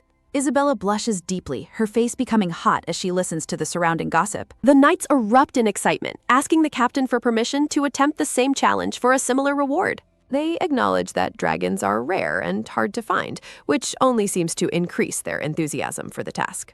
A soft sigh escapes the Duke as he prepares to address his rowdy knights. With a cold and piercing gaze, the black-haired man commands absolute silence in the room. The knights immediately go still and stand at attention, silenced by the Duke's overwhelming authority. Watching the display of power, Isabella is left completely awestruck by the captain's presence. Caroline informs Isabella that the testing phase for their new device will begin in 3 days. The brown-haired mage ponders the potential success of the upcoming experiment with a serious expression. A quick click sounds as she adjusts her plans, deciding to shorten the timeline to only 2 days. With a determined and slightly sinister smile, Caroline decides that 2 days of preparation will be sufficient. The Duke gives his final approval, ordering the team to start the process immediately. At the training grounds, Caroline kneels to place the square device precisely on the target area. From the distance, the mage waves her arms to signal the captain that all preparations are complete.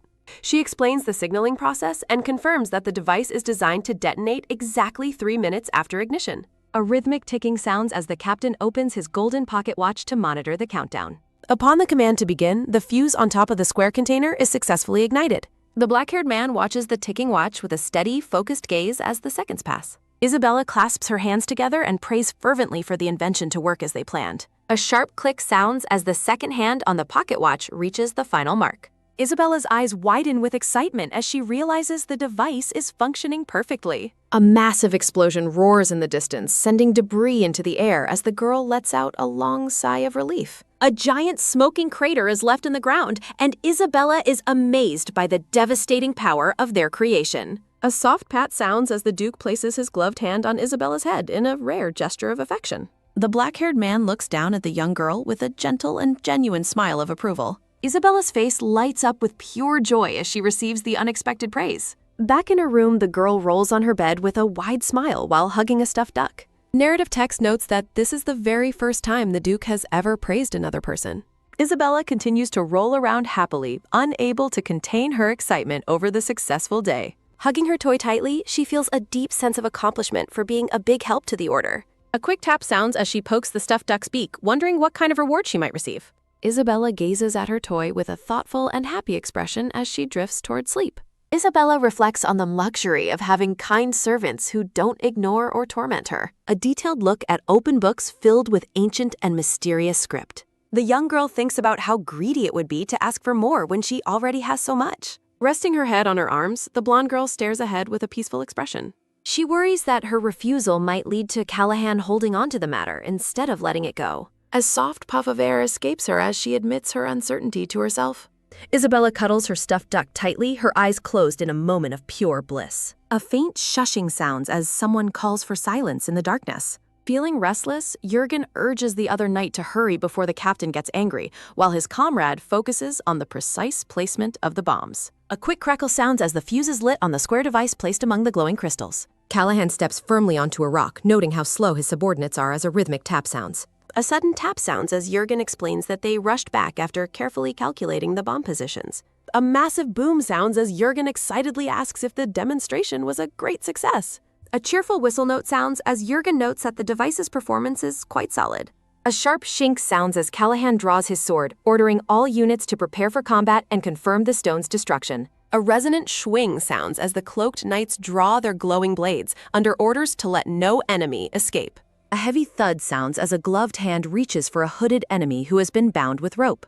Jurgen reports the total destruction of the fogstones while a tied-up prisoner curses a man named Gottfried. Callahan offers a rare smile while praising the group for their good work and minimal casualties. Back at home, Isabella remembers the Duke's promise to reward her generously upon his return. Isabella and Yuta react with wild-eyed excitement to a colorful illustration of a mandrake root. The black-haired scholar explains that while herbology isn't his specialty, he is familiar with regional herbs. Adjusting his glasses, the man notes his surprise that both children wanted to study herbology together. Yuta asks to learn about medicinal herbs, while Isabella inquires about plants with magical properties. Narrative text notes a sense of curiosity regarding Isabella's hidden plans for the lesson. The scholar prepares to teach the children about the most common herbs found in the Burkle Kingdom. A rhythmic tap sounds as the teacher draws flowers on the board, explaining the uses of the blue glow and winter trumpet flowers. Isabella is impressed by how knowledgeable the man is, despite herbology being outside his usual field. The young girl ponders the best reward to ask of Callahan while looking at her study materials.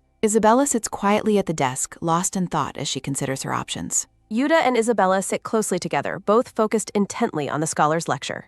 A soft thump-thump sounds as Yuta looks at the girl, quietly echoing her sentiments to himself. Standing at his desk, the teacher thinks about his desire to be helpful to Isabella as he continues the lesson. A dark aura surrounds the illustration as the scholar warns the children about herbs containing potent toxins. He details the irritating effects of the thornflower and the paralyzing scent of the red-yellow herb. Isabella's eyes widen as she realizes that one of the plants is exactly what she needs. A soft flop sounds as Isabella slumps over in exhaustion, her soul seemingly drifting away while Yuta watches in concern. Yuta presents a red book to Isabella, explaining that he knows the subject matter was difficult for her. Isabella is touched to see that Yuta took detailed notes on the various flowers just for her. Blushing slightly, the boy explains that he thought sharing his notes would be helpful since she missed some parts. Yuta looks at her with hopeful eyes, asking if his efforts were actually useful. Isabella shouts her confirmation with excitement, clutching the notebook to her chest. Grabbing the boy's hands, the girl expresses her immense relief and gratitude to him.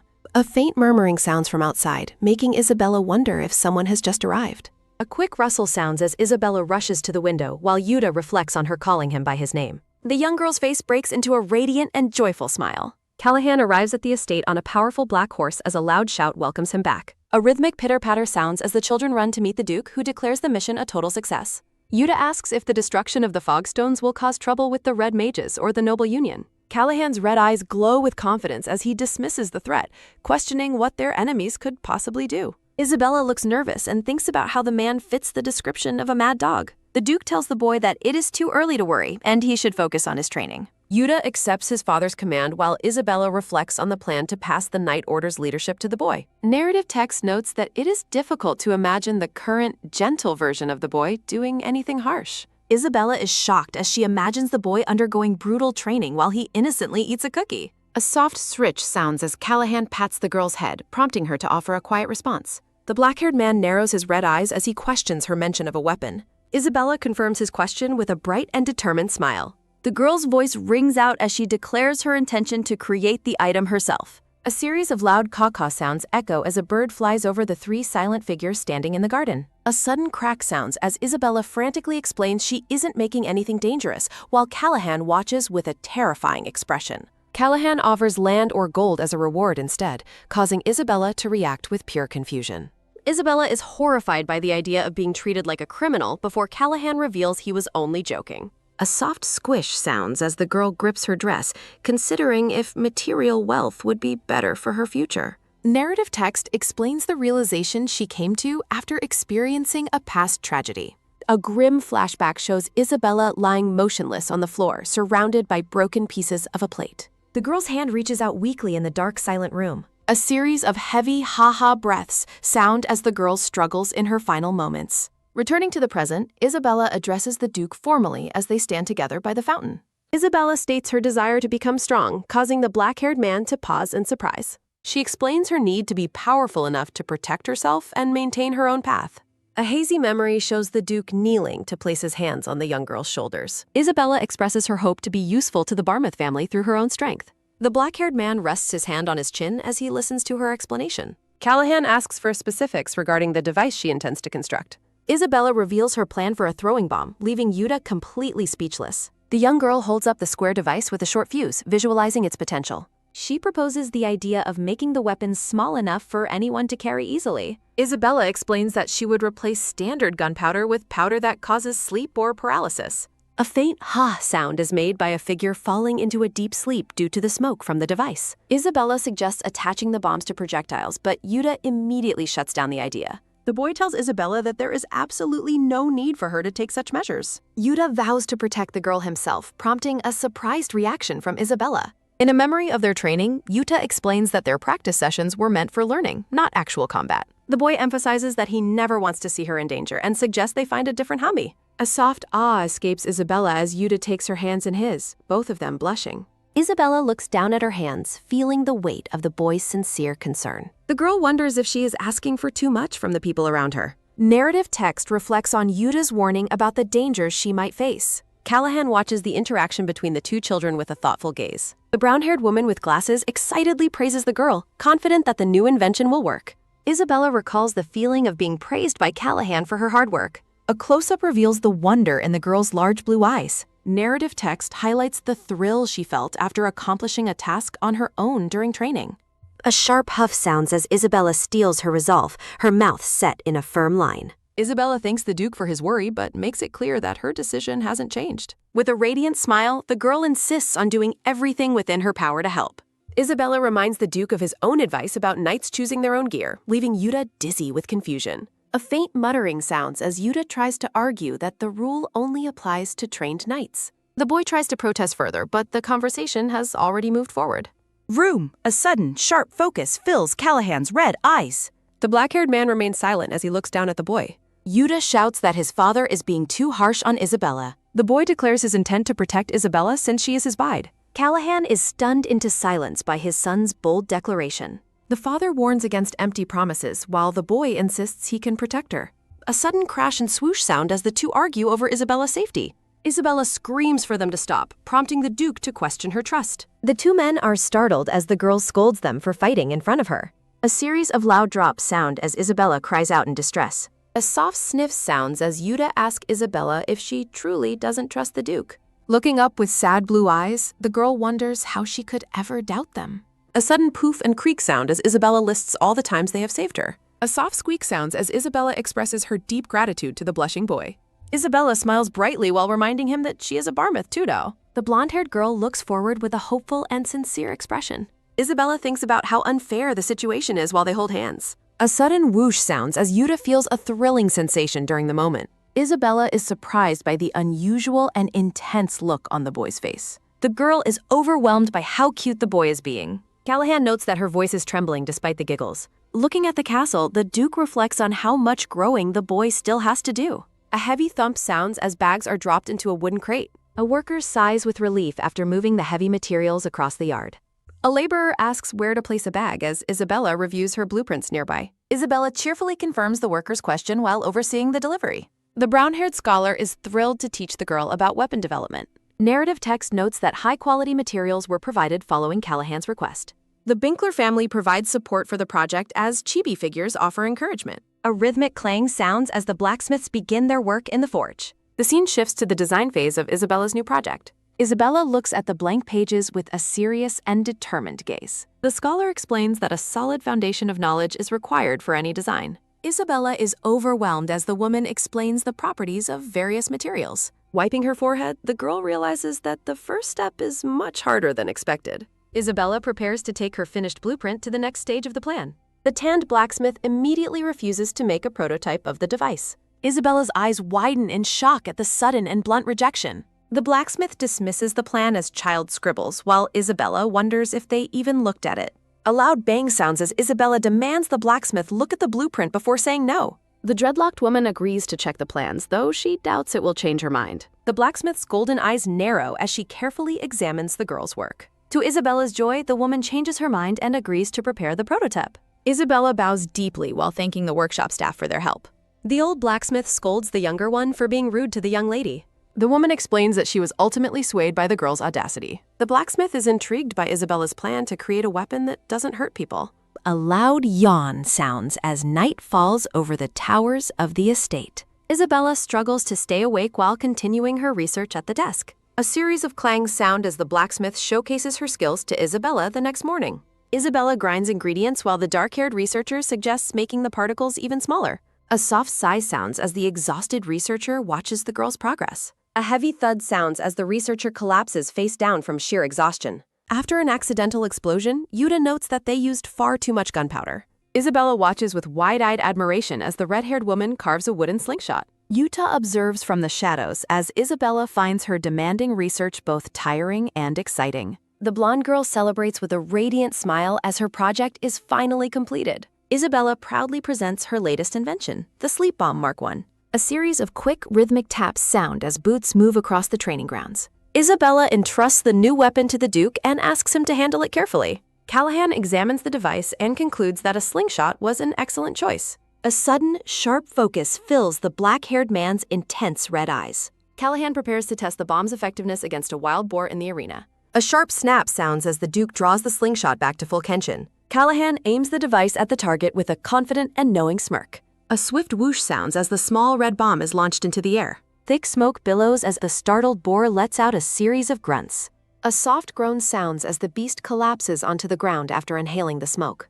The wild boar falls into a deep, peaceful sleep within the arena. Isabella cheers for their success while Callahan looks on with a sweat-beaded expression. Moved to tears, Isabella thanks everyone and vows to continue her hard work. Callahan watches silently as workers haul the sleeping animal out of the training area. The Duke begins to praise the girl's accomplishments before being interrupted by a loud call. Both Callahan and Isabella turn in surprise as someone approaches them from behind. A frantic, gray-haired maid arrives shouting about an urgent letter for the young lady. A close-up reveals a formal white envelope sealed with a red wax emblem. Callahan and Isabella react with shock to the news of an urgent letter from the palace. The Emperor invites Isabella to a tea party, much to the girl's annoyance and confusion. A curious hum sounds as the scene shifts toward the imperial palace. A soft chuckle sounds as the hidden figure anticipates the upcoming meeting. The white-haired Emperor expresses his desire to see Isabella's reaction to the invitation. A sudden shout sounds as the Barmouth household erupts into a state of panic. Maids argue over Isabella's appearance as they scramble to prepare her for the event. A sharp tug sounds as a maid struggles with the girl's stubborn hair. Isabella reflects on her past life and realizes the Emperor's true reasons for the summons. The girl views the tea party as a mere stage for the Emperor to flaunt his generosity. Narrative text explains how the royal family uses such invitations to maintain their public image. Isabella views the gathering as a cage where she and Yuta are subjected to polite coercion. The girl laments her position, feeling like little more than an exhibit for others' amusement. Callahan notices her distress and offers her the choice to decline the invitation. The Duke stands tall and intimidating in his elegant formal attire. A cold and calculating focus fills the black-haired man's red eyes. Isabella resolves to attend the party to prove her success and silence any rumors. Callahan smirks and suggests that they use this opportunity to make their stance clear. The blonde girl is puzzled and asks exactly what the Duke intends to clarify. A heavy thud sounds as Callahan asserts his dominance by leaning into the frame. The Duke enters an intensely competitive mode that leaves Isabella feeling terrified. Isabella stares back with wide eyes, overwhelmed by the man's sudden change in energy. The room is left in a chaotic mess of dresses as the pair stands frozen in shock. Isabella sheepishly admits her total indecision regarding what outfit to wear for the party. Callahan snaps his fingers while ordering the maids to prepare Isabella's outfit, leaving the girl shocked by his sudden decisiveness. The scene shifts as warm sunlight bathes the high stone walls of a castle, adorned with a grand red banner. A sudden whoosh sounds as Isabella peeks from behind a stone pillar, while a man in formal attire walks through the hallway. A series of rhythmic taps sound as Isabella wonders about their destination before being startled by a loud, familiar call. A quick tap sounds as Isabella reacts with wide-eyed shock to someone's sudden and enthusiastic appearance. Sir Abraham arrives with an energetic leap and a boisterous shout, much to Isabella's utter confusion. A rhythmic step sounds as Callahan calls out to the knight with a chilling and intense focus in his red eyes. The blonde knight is comically frozen and spun through the air after Callahan forces him to stop his frantic approach. The knight greets the pair with a bow while Callahan watches the interaction with a clearly annoyed expression. The blonde-haired man looks on with a calm and unusually focused gaze. A soft ha-ha sounds as Abraham expresses how deeply moved he is by Isabella's upcoming social debut. A soft ha-ha sounds as Isabella reflected on how they have only met twice despite his intense emotional display. Isabella is struck by a sudden realization regarding the true reason for the captain's presence at the estate. A sudden sharp click sounds as a gloved hand turns a heavy key in a lock to open a secure door. Callahan looks back over his shoulder and announces his intent to grant Isabella access to the family's jewel vault. Peeking from behind the pillar, Isabella is filled with curiosity at the mention of the secret Barmouth vault. Isabella is blinded by a brilliant, shimmering light and gasps at the incredible treasures revealed before her. Sunlight glimmers off the magnificent white towers and golden spires of the grand imperial palace. Guests at the tea party exchange whispers and rumors about the emperor's secret motives for hosting the gathering. The massive white doors are thrown open as a herald announces the grand arrival of the Duke of Barmouth. A blonde noblewoman notes the timely arrival of the group with a look of genuine surprise. The woman blushes and laughs while admiring the newcomers as they enter the ballroom. A sudden gasp sounds as the guests marvel at how charming Isabella and Yuta look in their matching blue outfits. Isabella reluctantly admits that Callahan has excellent taste, while noting that even Yuta's attire matches her own. Isabella recalls how Magda and the maids were moved to tears of joy while praising her appearance during preparations. Isabella asks the black-haired boy if he is feeling unwell as they navigate the crowded palace event. A sudden rhythmic thump sounds as Yuta blushes and smiles warmly at a bashful Isabella. Isabella is overwhelmed by Yuta's cuteness after he boldly vows to protect her from everyone at the party. A tall figure approaches the group while noting the high levels of energy displayed by the children. The gray-haired emperor greets the group with a friendly wave and a warm, welcoming smile. Isabella offers a polite greeting, while the emperor expresses his delight at hearing about her recent achievements. A sudden ah sounds as the conversation turns toward the sensitive matter of a past lake incident. A sudden eek sounds as Callahan protests the topic while the emperor teases him for being overly nosy. The narrative notes that the current situation has become far more interesting following the emperor's comments. An intense, golden-eyed gaze narrows as someone closely observes the interaction between the emperor and the duke. Isabella's hands tremble as she wonders why the emperor is choosing to bring up the past rejection now. A large white snake coils as the emperor questions Isabella's true thoughts regarding the closed case. A heavy thump sounds as Isabella bows her head in a tense moment of silence under the emperor's gaze. Isabella's mind races as she struggles to find a safe and appropriate way to answer the probing question. The Emperor's questioning intensity remains high as he waits for Isabella to break her silence. The blonde girl remains frozen in distress as the weight of the investigation topic hangs over her.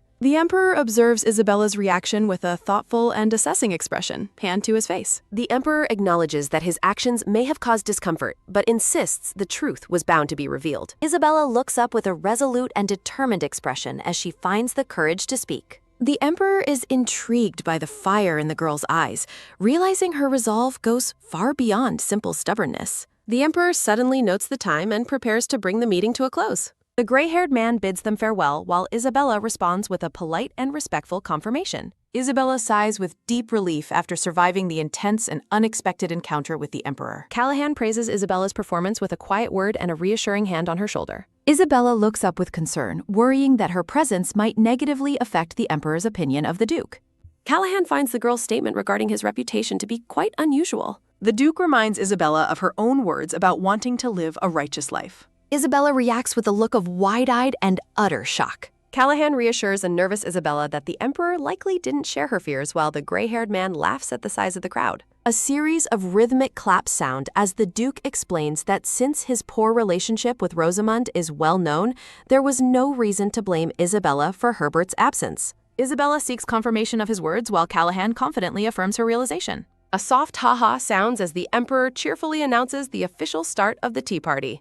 Delicate pastries and tea await the imperial guests on ornate tiered trays. Young noblewomen from prestigious families gather to begin their social interactions. A purple-haired girl in a red dress arrives with a boisterous laugh, declaring herself the most outstanding guest present. Noblewomen whisper in admiration over Lady Oris's newly tailored and adorable dress. Oris beams with pride as she shows off her elaborate and ruffled red outfit. Oris thanks her peers while secretly gloating that her constant whining to her mother finally earned her the expensive outfit. Oris' dreams of being the star are interrupted by a sudden call for the arrival of Lady Schweitzen. Enraged, a fuming Oris wonders who would dare steal her spotlight. Guests swarm Isabella and praise her cuteness while a fuming Oris watches with gritted teeth from the sidelines. Oris's attention is caught by a sudden and familiar glimmer from Isabella's jewelry. A brilliant blue teardrop-shaped jewel rests elegantly on Isabella's chest.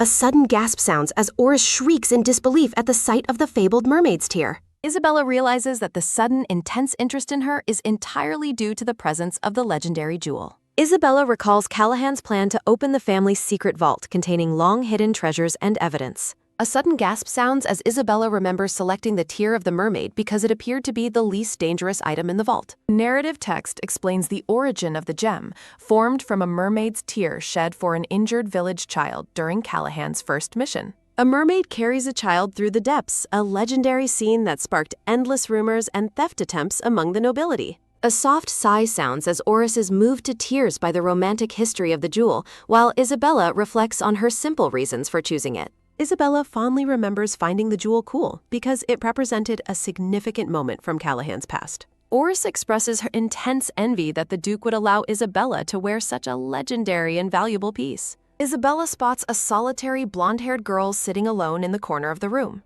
The quiet girl with green eyes sips her tea in isolation, surrounded by floral decorations. Isabella approaches the stranger and politely compliments the wonderful scent of her tea. Isabella leans in with enthusiastic interest toward the startled girl. Startled by the sudden attention, the shy girl struggles to find her words. Isabella is completely won over by the girl's shy and adorable demeanor. Oris interrupts to warn Isabella against speaking to Lady Remper, a name that sounds vaguely familiar to the girl. Oris snidely remarks that a mere baron's daughter is unsuitable company for the future Duchess of Barmouth. Oris and her companions laugh mockingly while suggesting that Isabella should befriend socialites of her own rank instead. Isabella is struck by the cruelty of the noble's snide laughter. Lady Remper's face flushes with deep shame as she listens to the public insults. Overwhelmed by the humiliation, the blonde girl hides her face in her hands. Isabella feels a familiar, suffocating atmosphere of social hierarchy and cruelty she had hoped to avoid. Clenching her fist, Isabella wonders why people are so obsessed with ranking others based on their status.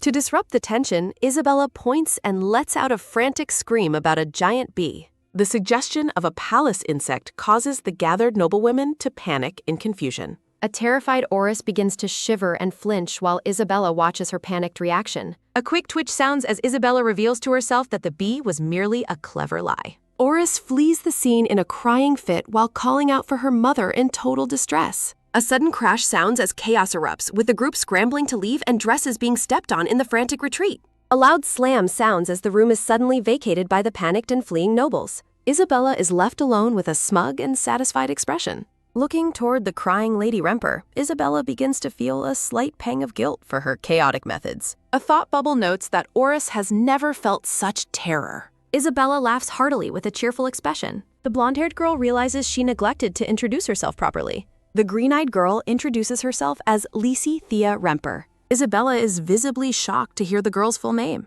Narrative text identifies the girl as a legendary negotiator from Isabella's past life. Lisi looks downward with a shy and nervous expression.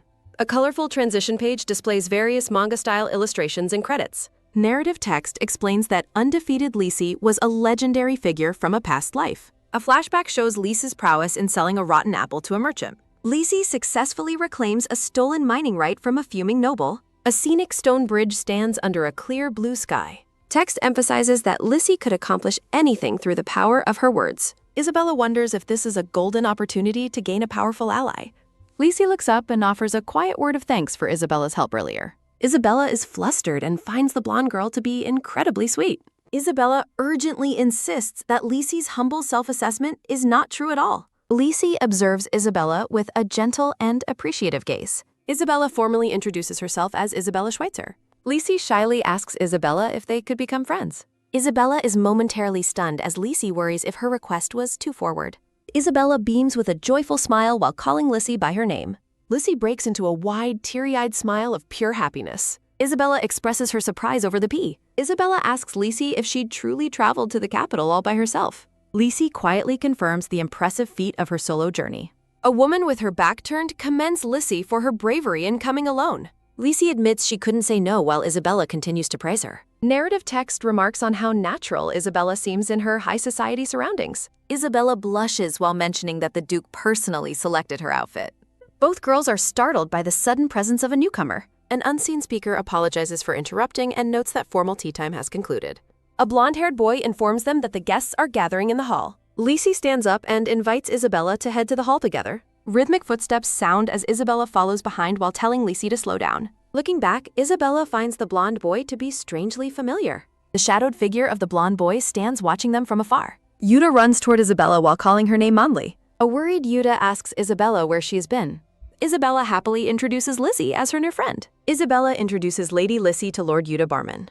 An awkward silence falls as Yuta and Lisi exchange formal greetings. Isabella is taken aback by a cruel comment about falsely accusing Rosamund. A reddish-brown-haired boy points and mocks Isabella for networking. Isabella identifies the newcomers as the lackeys of someone named Heiner. Lisi and Yuta look on with expressions of deep discomfort and distress. A series of snickers sound as the boys mock Isabella's reaction. A sudden burst of heat sounds as Isabella is consumed by a burning rage. Isabella's fist trembles as she suppresses her rising anger. Isabella prepares to speak, dismissing her attackers as insignificant. The two boys react in total shock. Yuta reflects on his family's duty to protect the weak and uphold justice as Isabella watches. He internally declares that cowards who strike from the shadows have no right to insult them. Isabella stands with a firm and determined expression. The blonde boy in the red vest grits his teeth and demands an apology right now. A hand reaches toward Isabella while Yuta watches with a shadowed and ominous gaze. A sharp kaya sounding as the blonde boy suddenly pulls Isabella's hair. Yuta's eye glows with intense fury as he witnesses the attack. The boy mocks Isabella, claiming a mere baron's daughter should know her place before speaking. He suggests she beg Lord Heiner for forgiveness as a sudden, quick grab sounding takes him by surprise. The heavy crash sounding as Yuta slams the blonde boy's head onto the floor with immense force. Yuta coldly asks where the boy thinks he is putting his filthy hand. Yuta commands the boy to stand up and apologize to Isabella while the girls watch in disbelief. Isabella is stunned to realize the boy has actually fainted from the impact. Remembering Yuta's usual cheerful smile, Isabella realizes she was completely and utterly wrong about him. Yuta stands over the unconscious boy with a silent and cold gaze. Isabella reflects that she has never seen Yuta act this way before. Though she feels she should try to stop him, Isabella remains paralyzed by the intensity. A low buzz of murmurs sounding as guests wonder about the loud noise and if something happened. The blonde boy sits up and calls Yuta a mad dog while clutching a head. He panics at the thought that his nose might be bleeding. A sudden pow sounding as a brown-haired woman rushes to William's side, ignoring his claims of being fine to fret over his bleeding nose while Yuta watches. William tries to tell his mother to stop and that he is fine. A heavy stomp sounding as the man demands to know who hit his son while Isabella pleads for help as Callahan approaches. William flinches in fear as he recognizes the formidable Duke Barmouth standing before him. Pointing an accusing finger, the woman claims Lord Barmouth committed an act of violence for no reason. She questions his actions at the palace and accuses the Barmouths of abusing their power. Murmurs continue about the shame of such behavior from a family meant to guard the empire. A loud exclamation rings out to deny the false claims. Lissy clenches her dress and trembles as she prepares to speak up. Lissy bravely states that Lord William was the first to be rude to Lady Isabella and that Yuta responded to his actions. Isabella is deeply touched by Rissy's support. A loud shout sounding as the brown-haired woman points at Lissy, demanding to know who she is to interfere when her son has been injured. Isabella steps forward to defend Lissy, calling the woman rude and asking if they all need a witness. A quick TMP sounding as the woman is startled by the arrival of a blonde-haired guest. The blonde-haired boy in the white suit smiles, stating his sense of duty as a gentleman prevents him from ignoring the situation. Isabella is shocked to identify him as Nathaniel Helbart from the family that manages the central bank. Isabella wonders why someone she barely knows is choosing to help them. A soft wink sounding as Nathaniel gestures toward the group. Isabella realizes Nathaniel is stepping in because he has taken an interest in Rissy. A cold, frozen sounding as the Emperor notes there were multiple witnesses, leaving the brown-haired woman paralyzed with fear as Callahan watches. A close-up reveals Callahan's intense and glowing red eye. Isabella looks on with a nervous and sweating expression. A chilling question asks which hand was responsible. A heavy thud sounding as Callahan towers over the boy, who flinches and asks for pardon. The voice asks which hand was used to ruin his daughter-in-law's hair like that.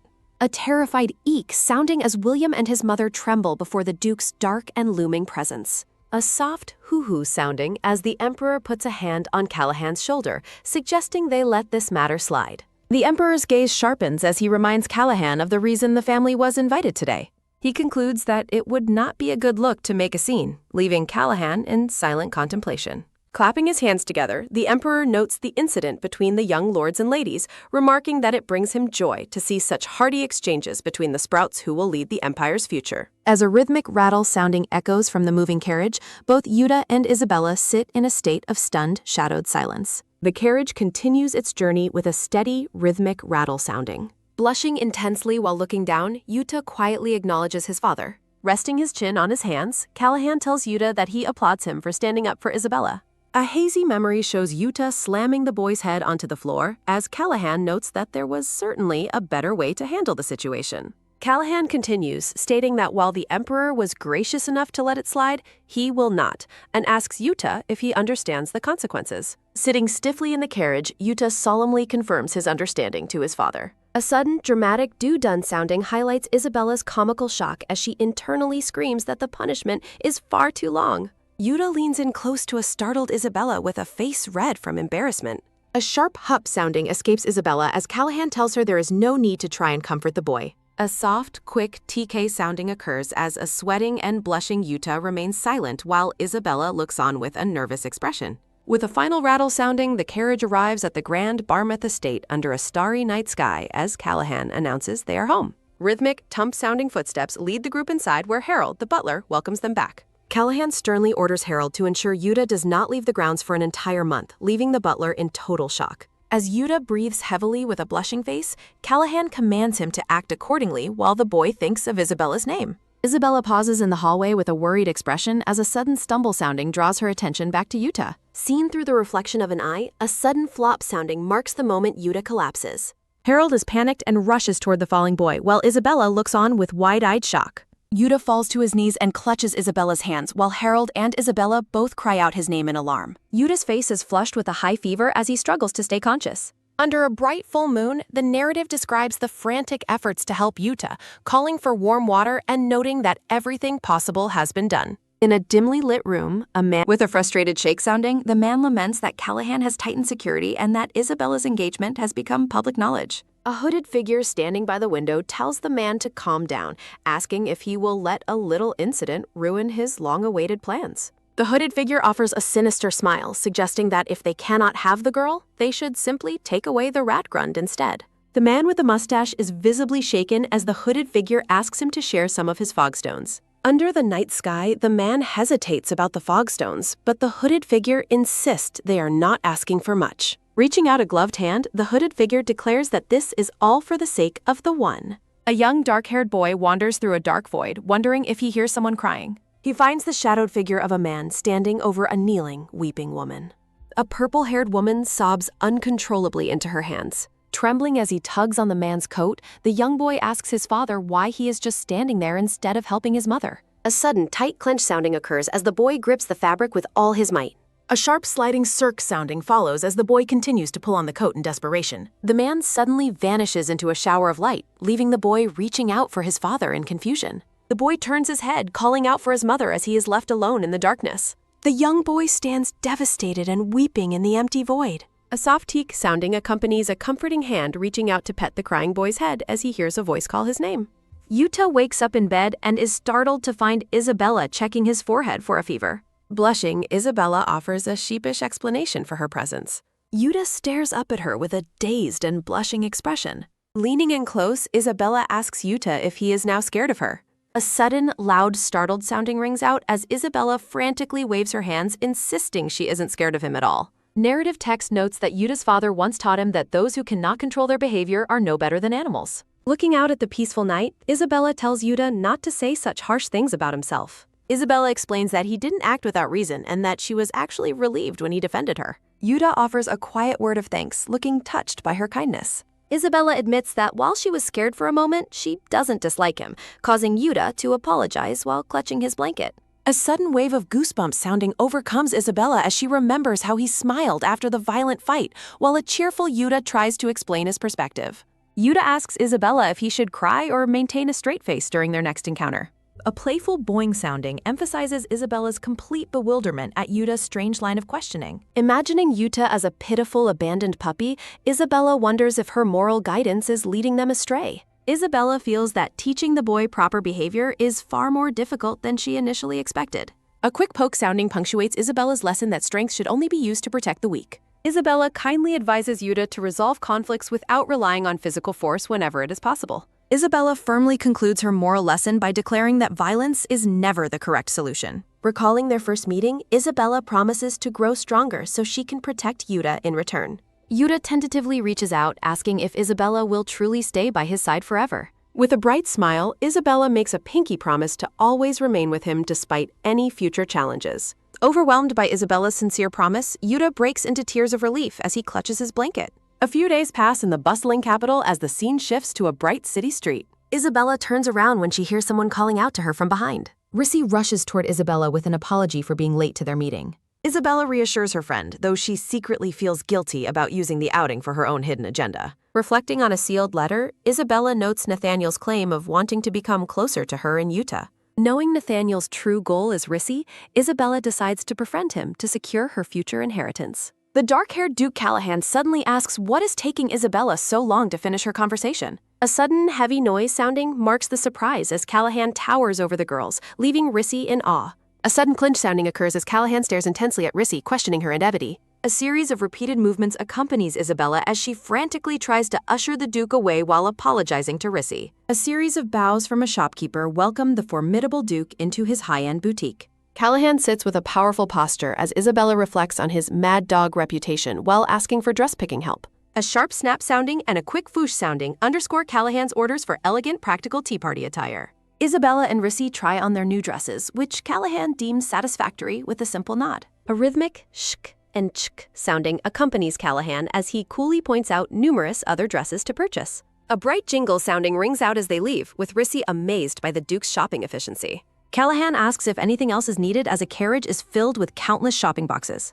Isabella feels disappointed that their shopping trip is ending so soon, until she notices Callahan checking his watch. A sudden gulp sounding marks Isabella's excitement as she realizes they have arrived at a luxurious cafe. A lively chatter sounding fills the air of the Empire's most popular cafe, where the group takes their seats. Isabella is stunned to see the stern Callahan enjoying a sip sounding of tea in such a whimsical place. Offering a subtle smile, Callahan admits that the experience of visiting the cafe is not bad. A brief memory shows Yuta feverish in bed, desperately wanting to join Isabella on her outing. Several beautifully decorated cakes are laid out on the table, ready to be enjoyed.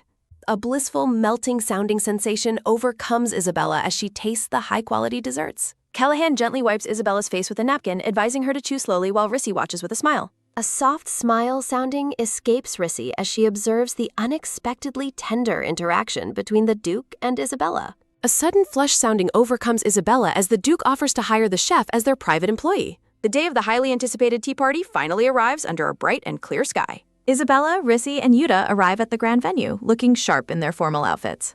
A soft wow sounding escapes Isabella as she marvels at the majestic setting of the event. Nathaniel and his family welcome their guests, warmly inviting them to make themselves comfortable. Narrative text details the Hellbard family's prestigious history as owners of the Empire's safest central bank. Isabella recalls her past life when Herbert unsuccessfully tried to force open her inheritance safe at the bank. She remembers how the bank officials strictly adhered to the contract, refusing entry until she became an adult. A loud bam sounding concludes the memory of the bank door being shut in her greedy relative's face. Isabella reflects on how different the adamant bank official seems now in the person of the friendly Nathaniel. A close-up reveals Nathaniel offering a polite and charming smile to his newly arrived guests. Isabella is startled as a teary Yuta looks on with confusion during the start of the party.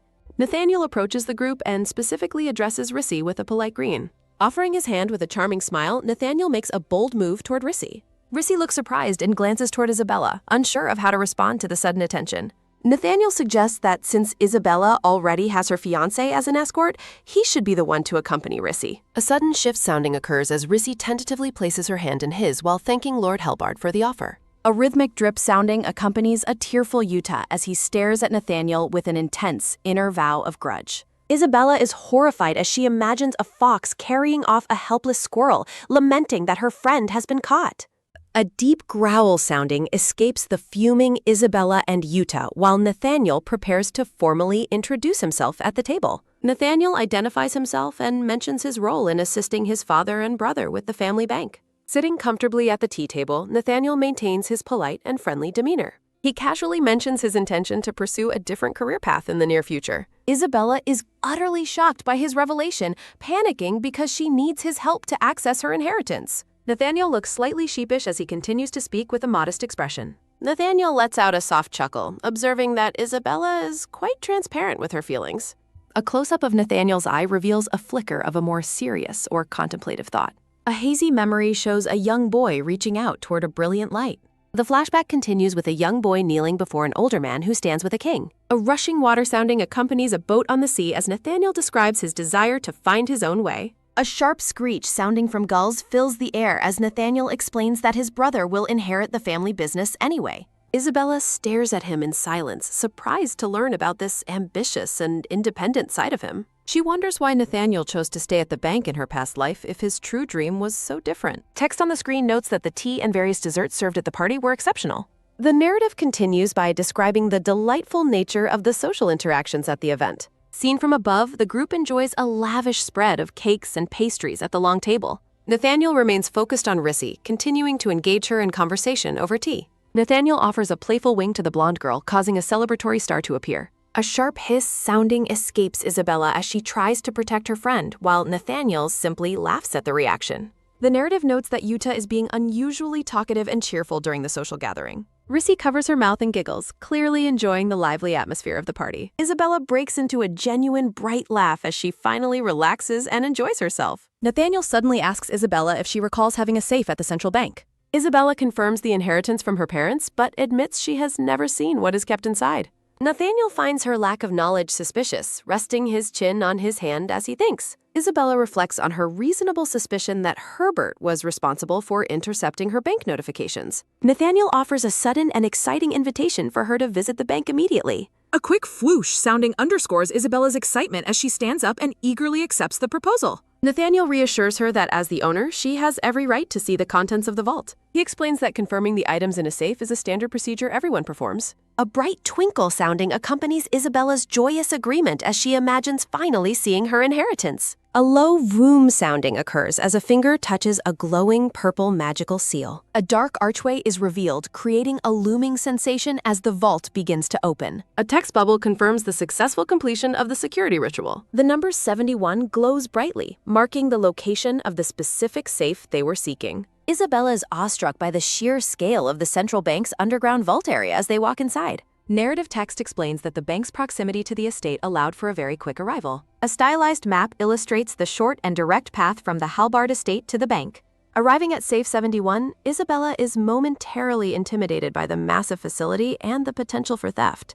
A sharp clatter sounding from the guard's armor punctuates Nathaniel's reassurance that the security is impenetrable. A heavy creak sounding echoes through the hall as a decorative metal gate is pulled open. A sudden gulp sounding marks Isabella's nerves as Nathaniel gestures toward the final entrance of the vault. Isabella stares in wonder as she is told that the vault before her belongs to her. The warm light illuminates a massive dragon skeleton displayed prominently within the grand hall. Yuta is amazed by the sheer number of incredible artifacts housed within Isabella's collection. Ristea and Yuta watch with concern as Isabella suddenly covers her face in embarrassment. Overwhelmed by emotion, a tearful Isabella admits she is sorry for taking so long. A warm memory surfaces of a loving couple caring for a young girl in pink. Schmidt-Kallman presents Isabella with a detailed list compiled by the librarian for her review. The blonde knight appears slightly uneasy while beginning to explain a particular item. Isabella forces a smile despite her face being comically swollen from her earlier emotional outburst. She focused her attention on the list, searching intently for any mention of the name Radgrund. A startling realization hits as the document identifies item number 353 as Radgrund's crown, listed as unidentified. Risthea and Yuta look on with wide-eyed curiosity at the mystery surrounding the artifact. Schmidt notes that Isabella seems to be looking for the specific crown mentioned in the records. He explains that since it lacked information, he researched the legendary history behind the crown. The scene transitions as a tale from a long time ago begins to unfold. A young, ambitious king is depicted receiving the golden crown as a gift from a conquered nation. Upon wearing the crown, the king gained eternal life but became eternally frozen in his throne. Yuta finds it hard to believe such a powerful treasure wouldn't be world famous if the legend were true. Schmidt explains that the gift was a curse as it did not grant a true life. The king entered a permanent vegetative state, attended by silent figures in white robes and masks. Isabella is horrified to learn that the king remained frozen without ever waking or aging. When a subject finally removed the crown, the king instantly aged and crumbled into death. The group shivers in the cold atmosphere of the museum while Schmidt clarifies that it's just a legend. A soft cirque sounding follows the appearance of mysterious dust as Schmidt offers to escort Risthea home. A sudden, heavy dun sounding underscores Isabella's shock as she realizes something is terribly wrong. She identifies a faint, shimmering trail on the wall as a distinct trace of dark magic. Isabella turns her head with a quick fwick sounding as she traces the origin of the magical dust. A bright flash marks the spot where she discovers the source of the dark energy. Nearby, a guard in a red uniform lets out a tired yawn, completely oblivious to the danger. With a forceful pow sounding, Isabella rushes past the startled guard to investigate further. She discovers strange purple glowing symbols and realizes she has seen this script once before. Isabella mumbles to herself, trying to decipher the letters while confirming a dark magician was present. The blonde-haired girl realizes that the intruder was specifically targeting the area in front of her safe. Yuta looks startled as he calls out to his lord while the girl prepares her report. Isabella decides they must head back home immediately to report her findings to the dupe. A loud bam sounding echoes as Isabella protests the unfairness of being ignored by Callahan. A series of rhythmic bam sounding punctuates Callahan's busy work as he tells Isabella he cannot speak now. He dismisses her with a swift schwook sounding, promising they can discuss things at a later time. A sharp tick sounding marks Isabella placing a jar on his desk, insisting this matter is different. Inside the glass jar, a concentrated cloud of purple dark dust swirls ominously. Isabella recalls seeing a man named Herbert writing those same magical letters in her previous life. She clenches her fist nervously, unsure of how to explain the source of her knowledge to him. Isabella is taken aback by a sudden realization as she looks toward the desk. She is stunned that Callaghan is already examining a sample of the dark trace himself. Callahan looks at her calmly, explaining that he has spent many years actively fighting dark magicians. A light tap sounding follows as Callahan touches the jar and asks for the exact location where she found it. Dark dust is described as an impure particle left behind whenever a dark magician uses their power. It is explained that a highly skilled and powerful dark magician will leave behind only very small particles. Conversely, a less proficient magician leaves behind much larger, more noticeable traces of their magic. Isabella watches him with suspicion, realizing Callahan knows facts that shouldn't be discovered for several more years. A floating thought bubble wonders exactly how much information the man possesses. The black-haired man questions how the girl obtained her information. The man suggests delaying the departure until the next morning. A sudden thunderous bang sounding echoes as the girl slams the table in protest. The dark-haired man demands a clarification while the girl tries to find her words. She explains finding a jar of swirling purple particles at her bank vault. He asks why she hesitated to speak, leaving the girl feeling comically blamed. A focused scribble sounding follows as he notes that her inheritance has attracted dangerous enemies. The girl asks for clarification while the man identifies the object as the Radgren's crown. A low creak sounding fills the room as he explains the involvement of dark magicians. He orders his servant to notify the night divisions of the situation immediately. The man decides they must depart for the bank right away. The blonde girl is shocked by the sudden departure while the man remains unfazed. She privately admits she was only asking just in case. He confirms their bank destination as the girl celebrates her internal success. A gentle rub sounding occurs as a gloved hand inspects glowing magical symbols. The group arrives at the bank to survey the scene of the intrusion. A tearful blonde man laments the dishonor brought upon his ancestral family. He lets out a loud wah sounding while decrying the involvement of dark magic. The dark-haired man orders a formal report to be sent to the knights. He explains that the presence of a dark magician grants them full investigative authority. Capital incidents typically fall under a specific night division's jurisdiction. However, cases involving dark magic require jurisdictional rights to be handed over. The man consults his pocket watch while anticipating the arrival of specialized knights. Yuta and Isabella discuss the person they expect to be a nuisance. A heavy stomp sounding follows a massive armored man approaching the group. A sharp whoosh sounding carries an angry shout directed at Callaghan. Both children are visibly startled by the sudden, booming noise. A quick huff sounding marks the arrival of the exhausted gray-haired man. Isabella identifies the newcomer as the person she was just discussing. The gray-haired man is revealed as Freddie Akeem, the chief of a night division. Akeem angrily questions the document he received while Callaghan calmly calls it cooperation. A loud pow sounding occurs as Akeem slaps the letter in frustration. Earlier, a guard had interrupted Akeem with news of the bank intrusion. Akeem reflects on his division's jurisdiction over the bank property. He accuses the dark-haired man of stealing his investigative rights. A fierce glare sounding accompanies Akeem's realization that Callaghan claimed the case in writing. Akeem points to his hair, blaming the man for his premature aging.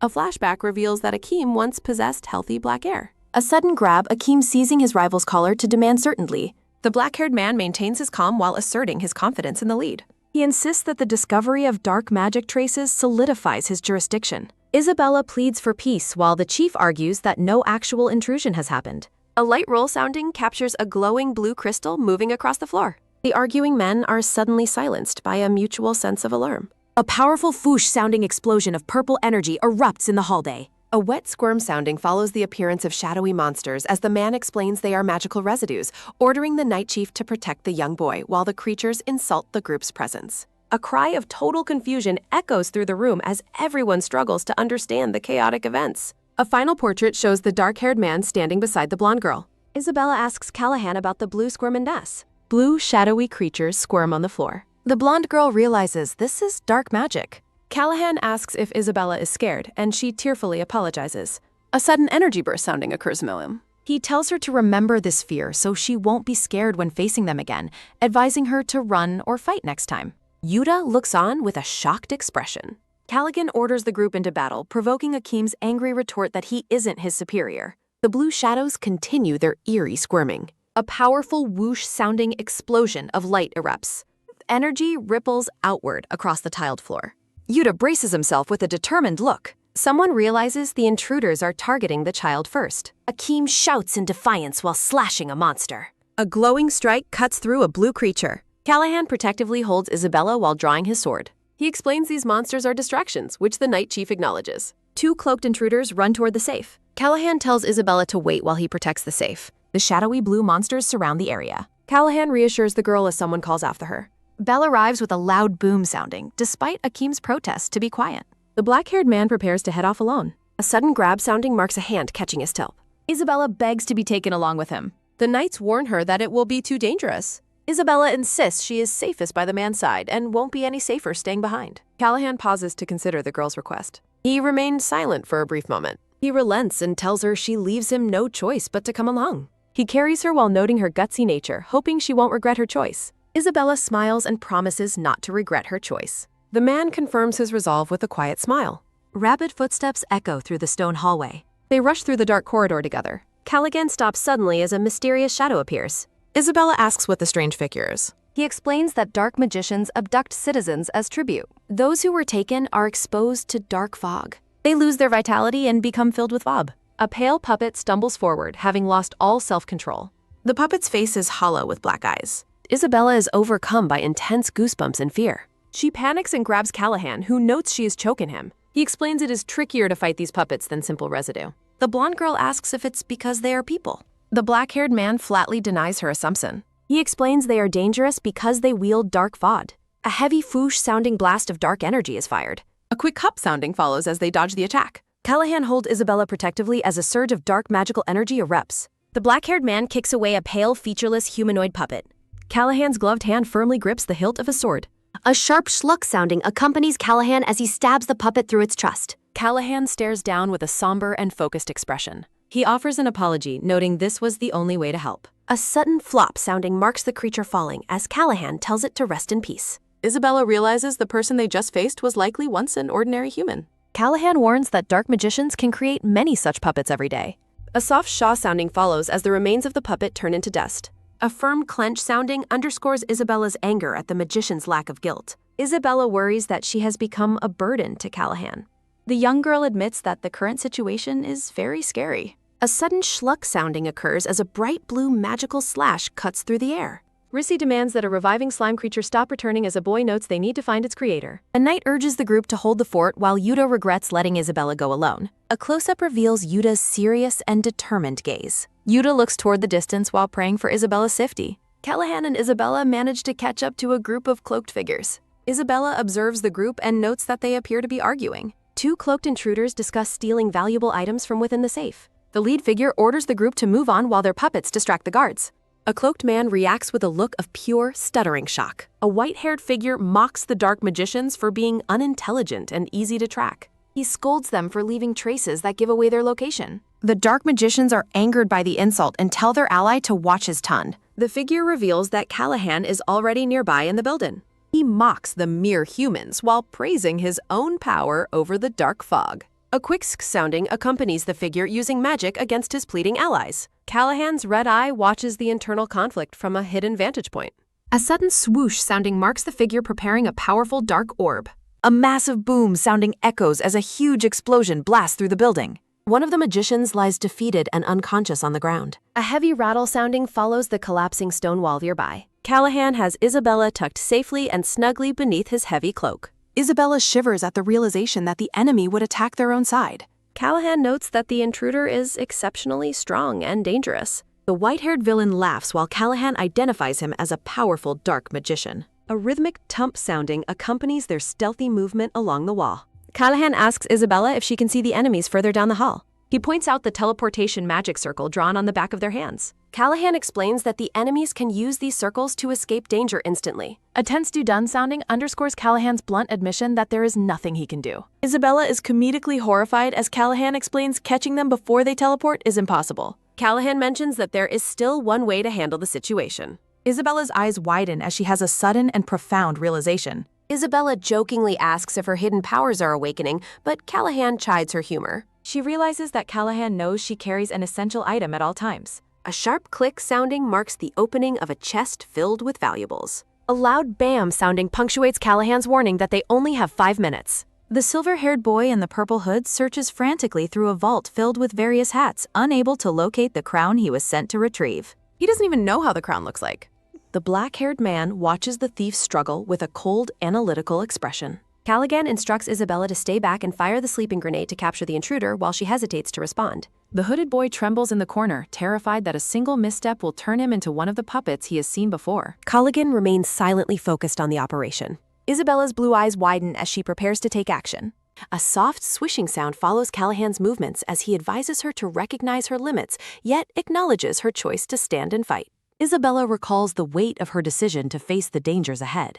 A heavy haw sounding echoes her memory of training relentlessly with a wooden sword in the manor courtyard. She remembers the growing determination that has led her to this moment. The man stands tall beside her, waiting for her final decision. Callahan asks what she intends to do, warning that her inheritance will be stolen if the dark magician is left alone. A sharp flinch sounding marks the girl clenching her fist as he asks if losing her property is truly what she wants. The man's red eyes focus on her as he observes that she came along specifically to protect her assets herself. He bluntly states that without sufficient determination, she will never be able to protect anything on her own. Tears well in Isabella's eyes as the harsh reality of her situation sinks in. She declares her determination to protect what is precious to her, prompting Callahan to question if she can truly do it. The young girl's hand trembles with resolve as she tightly grips her wooden slingshot. Callaghan kneels behind her to steady her body, telling her to focus all her senses on aiming the shot. Isabella closes one eye to aim, convincing herself there is absolutely nothing to be afraid of.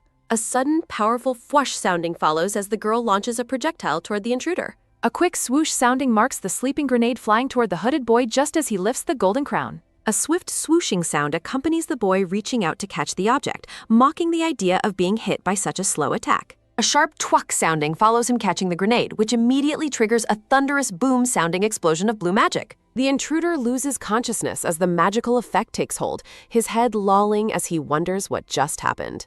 Isabella observes the golden Radgrun's crown lying on the floor, noting its intricate design now that she can see it up close. A light tick sounding marks her realization that Herbert and the Dark Magicians likely have a malicious plan for the artifact. Callahan begins to walk away, acknowledging that the task wasn't easy and praising her for a job well done. The blonde girl beams with joy as the man confirms that she was the one who successfully protected the crown. Sunlight hits the white towers of the capital city as a voice calls out to check if someone is listening. A bold, dazed sounding hovers over the girl's wide, vacant blue eyes as she stares blankly into space. A sudden, sharp shwook sounding occurs as Callahan leans in close to wake her, startling a small hic sounding out of her. A rhythmic ba-thump sounding follows Isabella's racing heart as she apologizes, admitting she didn't expect a dark magician to be so young. A quiet zzz sounding drifts from the sleeping boy as Callahan identifies him as the powerful dark magician Elvio Salvati. Callaghan laughs while looking at a portrait of the brothers, eager to see Cesari's reaction to Elvio's failed mission. A man in town looks shocked as he hears the news of the bank robbery. A noblewoman hides her face behind a fan, expressing her total lack of trust in the central bank following the incident. Rumors spread through the capital that the 9-year-old daughter-in-law of the Barmouth family was the one to catch the robber. An older man with a gray beard strokes his chin thoughtfully as he hears the incredible news. The king finds the young girl's involvement in the bank incident to be as intriguing as her reputation suggests. A sudden chill brings a visible goosebump sounding to the girl's skin as she senses something unsettling. A frantic shake sounding accompanies Isabella's confusion over the sudden, overwhelming sense of dread she is experiencing. The maid, Magda, wraps a warm cloak around the shivering girl and offers her help with anything she might need. Isabella thanks her before asking for a specific, mysterious favor that takes the maid by surprise. The morning sun illuminates a collection of jars and bottles arranged on the manor's kitchen counter. Magda mentions that the kitchen staff can easily prepare whatever she needs, watching the girl work at the counter. Isabella stands on a small stool and insists on doing the baking herself, kneading dough with a face full of determination. The memory of the captured silver-haired dark magician remains as a faded image in the girl's mind. The night sky hangs over the castle as the narrative confirms that the knights successfully arrested Elvio and his group. Isabella looks down with an expression of intense focus. The kitchen staff watches with pride as the young girl works diligently on her baking. She pauses her work to reflect on how much the black-haired man has helped her lately. Isabella enthusiastically tells Magda to begin their baking session. Magda asks if she is ready, while the girl nervously admits it is her first time but hopes it won't be too difficult. Isabella reminds herself that she is being helped by a master of all household chores. She envisions the head maid as a magical weapon for the family, sparking her excitement. Magda prepares to start as the girl thinks the maid will be a much kinder instructor than Callaghan. An intense man lets out a sudden humph-sounding shout as he takes over the lesson. He barks out rapid-fire baking instructions, leaving the girl shocked as he declares that the weak won't survive their household. Isabella's eyes fill with determination as she vows to give the task her best effort. She begins melting the butter while the head maid watches her progress with a smile. The young girl remains nervous but focused as she continues her work. Magda watches her, reflecting on how much the girl has grown since they first met. A memory shows the maid holding the young girl's hands, marveling at her growth. Isabella pulls a tray from the oven and asks the maid for her opinion on the result. A sudden dun-dun sounding shock freezes Magda as she looks at the baked goods. The madeleines are burnt and smoking with a sizzle-sounding heat, making the girl worried they aren't good enough to be gifts. Magda tastes one and insists they are delicious, suggesting they just need a bit of decoration. Overjoyed, Isabella throws her arms around the maid in a warm, hug-sounding embrace. Beaming with a radiant smile, the girl prepares to deliver her gift-wrapped boxes. She presents the treats to various members of the household staff. The knights are delighted to receive their gifts from the young lady. Isabella gives gifts to her family and Yuta, explaining she wants to thank everyone who has supported her. Callahan looks at his gift as the girl humbly hopes he will enjoy the treats despite their imperfections. She expresses her sincere gratitude to everyone while acknowledging Magda's help in making the gifts. Isabella notices Yuta looking distressed and wonders what could be bothering him. The boy is overcome with tears as he asks if he ended up scaring her. Callahan watches the scene, wondering if the bank incident or his harsh training caused her distress. The man asks what made her decide to leave and promises to try and make amends. Isabella is struck with total confusion by the dramatic conclusion they have reached. A strange creature stands by a river as the narrative explains there was a slight misunderstanding. The blonde girl bursts into joyful laughter, her confusion turning to amusement. She laughs and asks why she would ever leave, while the boys look on in shock and relief. The gifts are revealed to be Madeleines decorated with charming, simple faces. A messenger bird makes a quiet coo-sounding noise as it arrives at a window. Herbert catches the bird and lets out a dark smirk as he reads the news it brought. The king smiles warmly as he prepares to address his guests. He welcomes the leaders of the 5 great houses to his summons. Herbert acknowledges that it is only right for a subject to respond to the king's call. A noblewoman hides behind her fan, curious about the important news the king has to share. The gray-bearded king looks out with a very serious and focused expression. He announces his plan to reward Lady Schweier with a high medal of honor for her bravery at the bank, shocking the nobles. Herbert breaks into a cold sweat as he realizes the prestige of the medal the king is offering. The king asks if anyone sees a problem with rewarding a 9-year-old for her extraordinary actions. An aristocrat fumes at the thought of the Barmouth family gaining even more influence through the girl's medal. The king praises her for catching dark magicians with an invention of her own. The nobles nod in false agreement while secretly resenting the idea of her receiving such a high honor. Herbert shouts out to get the king's attention so he can voice his opposition. He argues that the girl should be disciplined for possessing a dangerous weapon rather than being rewarded for her role in the capture. The black-haired man narrows his red eyes, noting that the Barmouth family's report wasn't entirely truthful. A deep frown emphasizes his serious expression.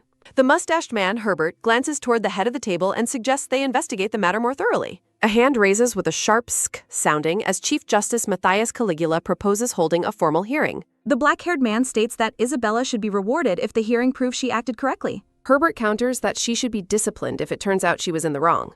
The king rests his chin on his hand and accepts the Chief Justice's proposal. Matthias Caligula notes the complaints from other nobles about traveling just for a 4th-class medal ceremony. The gray-haired man turns back and asks Herbert what he has to say. A quick squeaking sound follows Herbert pulling out a letter, claiming there is something the Chief Justice should know. A grand hallway is filled with a constant chatter sounding as people gather for the event. Standing before a massive wooden door, the blonde girl wonders what she should do. A frantic shake sounding accompanies Isabella's extreme nervousness while Gilbert and Yuta try to reassure her. Gilbert jokingly promises to kidnap her if things go wrong, but the girl worries that would only make the situation worse. A large bird's beak clamps down on a fish as a narrative voice begins to describe Matthias Caligula. He is described as a theologian who prioritizes fairness and equity above all else. A white egret stands in the shallow water, holding a struggling fish in its long beak. Culligan warns Isabella that she will be meeting the man soon, leaving her shocked and confused as to why. The blonde girl looks up in surprise, wondering whose hearing is being held. The black-haired man tilts his head and explains that the hearing is specifically for her and her invention. A text box explains that her invention, the sleep grenade, was given the nickname Shrenade by her friend Belle. Isabella's stress levels skyrocket as she realizes Herbert is the one who pushed for the hearing. The girl is stunned, wondering how Herbert could have possibly found out about the existence of the Shrenade. A hand rests firmly on a stack of documents as a calm voice tells her there is nothing to fear. A powerful whoosh-sounding energy radiates from Callahan as he darkly promises to make Herbert understand the consequences of his challenge. A sudden, sharp flash sounding and a loud knock-knock sounding on the door startled the wide-eyed girl. Gilbert informs Isabella that the hearing is ready for her, while Yuta wishes her good luck. A rhythmic tat-tat-tat sounding follows the girl's footsteps as she heads toward the courtroom. Yuta watches her leave, asking Gilbert if they can really expect her to be okay given how nervous she looked. Gilbert smiles confidently and says they have to trust her because there is nothing else they can do. Yuta nods in agreement, deciding to sit tight and wait for the girl's return. A thunderous whack-whack sounding gavel strike echoes through the large courtroom. A heavy silent sounding falls over the room as Isabella stands before the high bench. An official announces that the proceedings are about to commence. Herbert and Callahan look on as the hearing for Miss Isabella Schweier officially begins. A deep dun sounding emphasizes the serious, focused expression of the Chief Justice. Isabella takes a deep, who-sounding breath to steady herself before enthusiastically declaring her readiness. The Chief Justice asks if she captured the magicians, and Isabella confirms it while giving credit to Duke Barmouth. Matthias Caligula strokes his beard thoughtfully as the spectators erupt in a quiet chatter sounding. The justice moves on to the topic of the weapon, asking the girl if she was the one who invented it. A close-up shows the blonde girl's eye narrowing with focus as she prepares her explanation. Isabella excitedly explains that she designed the grenade as a non-lethal tool that uses a sleep-inducing aroma to subdue enemies. Herbert sits at his table and begins to interject with a mockingly pleasant expression. A dark smirk sounding appears on the man's face as he internally mocks the girl for being foolish. A narrative bubble confirms that Matthias Caligula is indeed known as a just and honest man. A golden scale of justice glows as the narration explains that he values law and order above all else. The justice believes that dangerous tools should never be allowed to remain in the possession of a child. Isabella looks forward with an expression of stunned realization as the tension in the room rises. The girl argues that she built the device with minimal gunpowder and added safety features to prevent accidents. The Chief Justice counters by stating that the real issue is how easily the weapon could be misused by the wrong people. He argues that if a child can carry it, criminals could easily produce and use it without any regulations. Isabella clenches her dress, realizing the terrifying potential for her invention to be refined with lethal poison, while the debate over banning and destroying the grenade continues. A dark hand reaches toward a floating red grenade as the narrative warns of the danger if the device falls into the possession of those with ill intentions. Isabella acknowledges that she never foresaw the weapon's potential for lethality, admitting she naively assumed she would be its only user. A somber text bubble emphasizes that her original intentions for the device no longer hold weight in the face of its dangerous potential. The blonde girl's eyes fill with worry as she ponders the risks of keeping the blueprint secret and the potential danger it could bring to those around her. A solitary thought bubble questions if she is truly left with no choice but to destroy her own creation. The courtroom gallery is filled with a low chatter, sounding as the nobles focus their attention on the young girl. A close-up of Herbert's face shows his smug confidence, with the narrative noting that he feels certain of his victory. Isabella's resolve wavers as she expresses her deep reluctance to abandon a project that so many people worked hard to complete. With a sudden, determined tight sounding, the girl clenches her fists and vows to find a way to prevent the mass production of her invention. A sharp gasp sounding accompanies Isabella's wide-eyed realization as a brilliant solution suddenly comes to mind. Matthias Caligula strokes his gray beard and observes that the young lady does not seem ready to give up her position.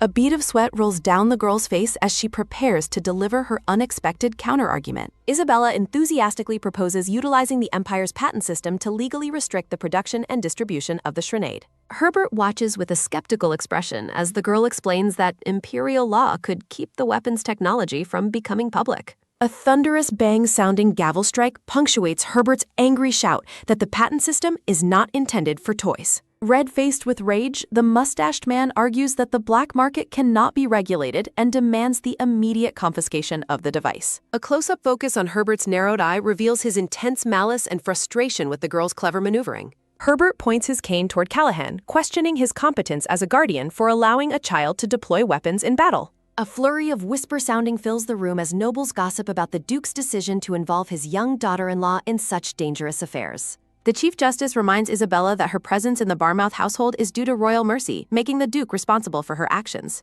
Confusion flashes across Isabella's face as she wonders why the hearing has suddenly shifted into an attack on her family and guardianship. Matthias Caligula mutters thoughtfully, even considering if he should request the king to find a different marriage prospect for the girl. The justice orders Herbert to stay on topic, but the mustached man lets out a dark smirk, sounding convinced he has finally cornered Callahan. A red-tinted bubble questions if the legal standing would change if Isabella were considered something more than an ordinary child. Herbert's face contorts with shock as the conversation takes a turn he clearly did not anticipate. Standing tall, the black-haired man asks the court if the situation would be different if Isabella held a formal military rank. Herbert dismisses the suggestion as utter nonsense, but Callahan remains calm as he prepares to reveal his hidden card.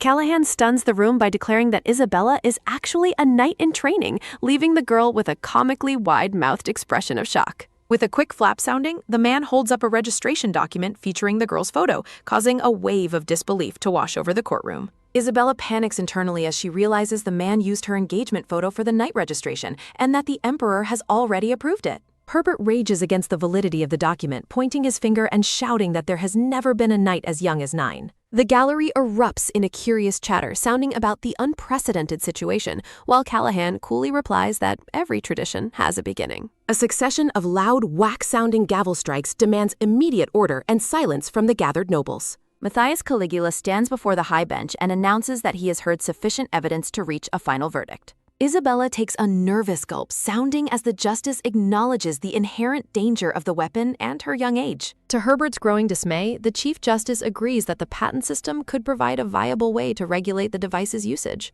A close-up focus on the justice's face underscores the gravity of the decision he is about to deliver. Herbert slams his hands onto the desk in a frantic what sounding as he realizes his attempt to seize the girl's invention is failing. Isabella looks up with wide, hopeful eyes as the Chief Justice praises her bravery and her role in protecting the Empire from dark magicians. Matthias Caligula formally announces that Isabella Schweier will be honored with a 4th-class Medal of Honor for her extraordinary service. A simple text box marks the successful conclusion of the formal hearing and the girl's victory. The heavy courtroom doors swing open with a powerful whoosh sounding as the participants begin to depart. Fuming with rage, Herbert stomps away through the palace halls with a rhythmic limp sounding as he curses his failure. The mustached man grinds his teeth in anger, blaming Callahan for once again interfering with his plans for the girl. Herbert rages against the Chief Justice, unable to believe that a man of his standing fell for what he considers a childish trick. A vision of the justice's earlier agreement with the noble's concerns appears, highlighting how effectively the girl managed to sway his opinion.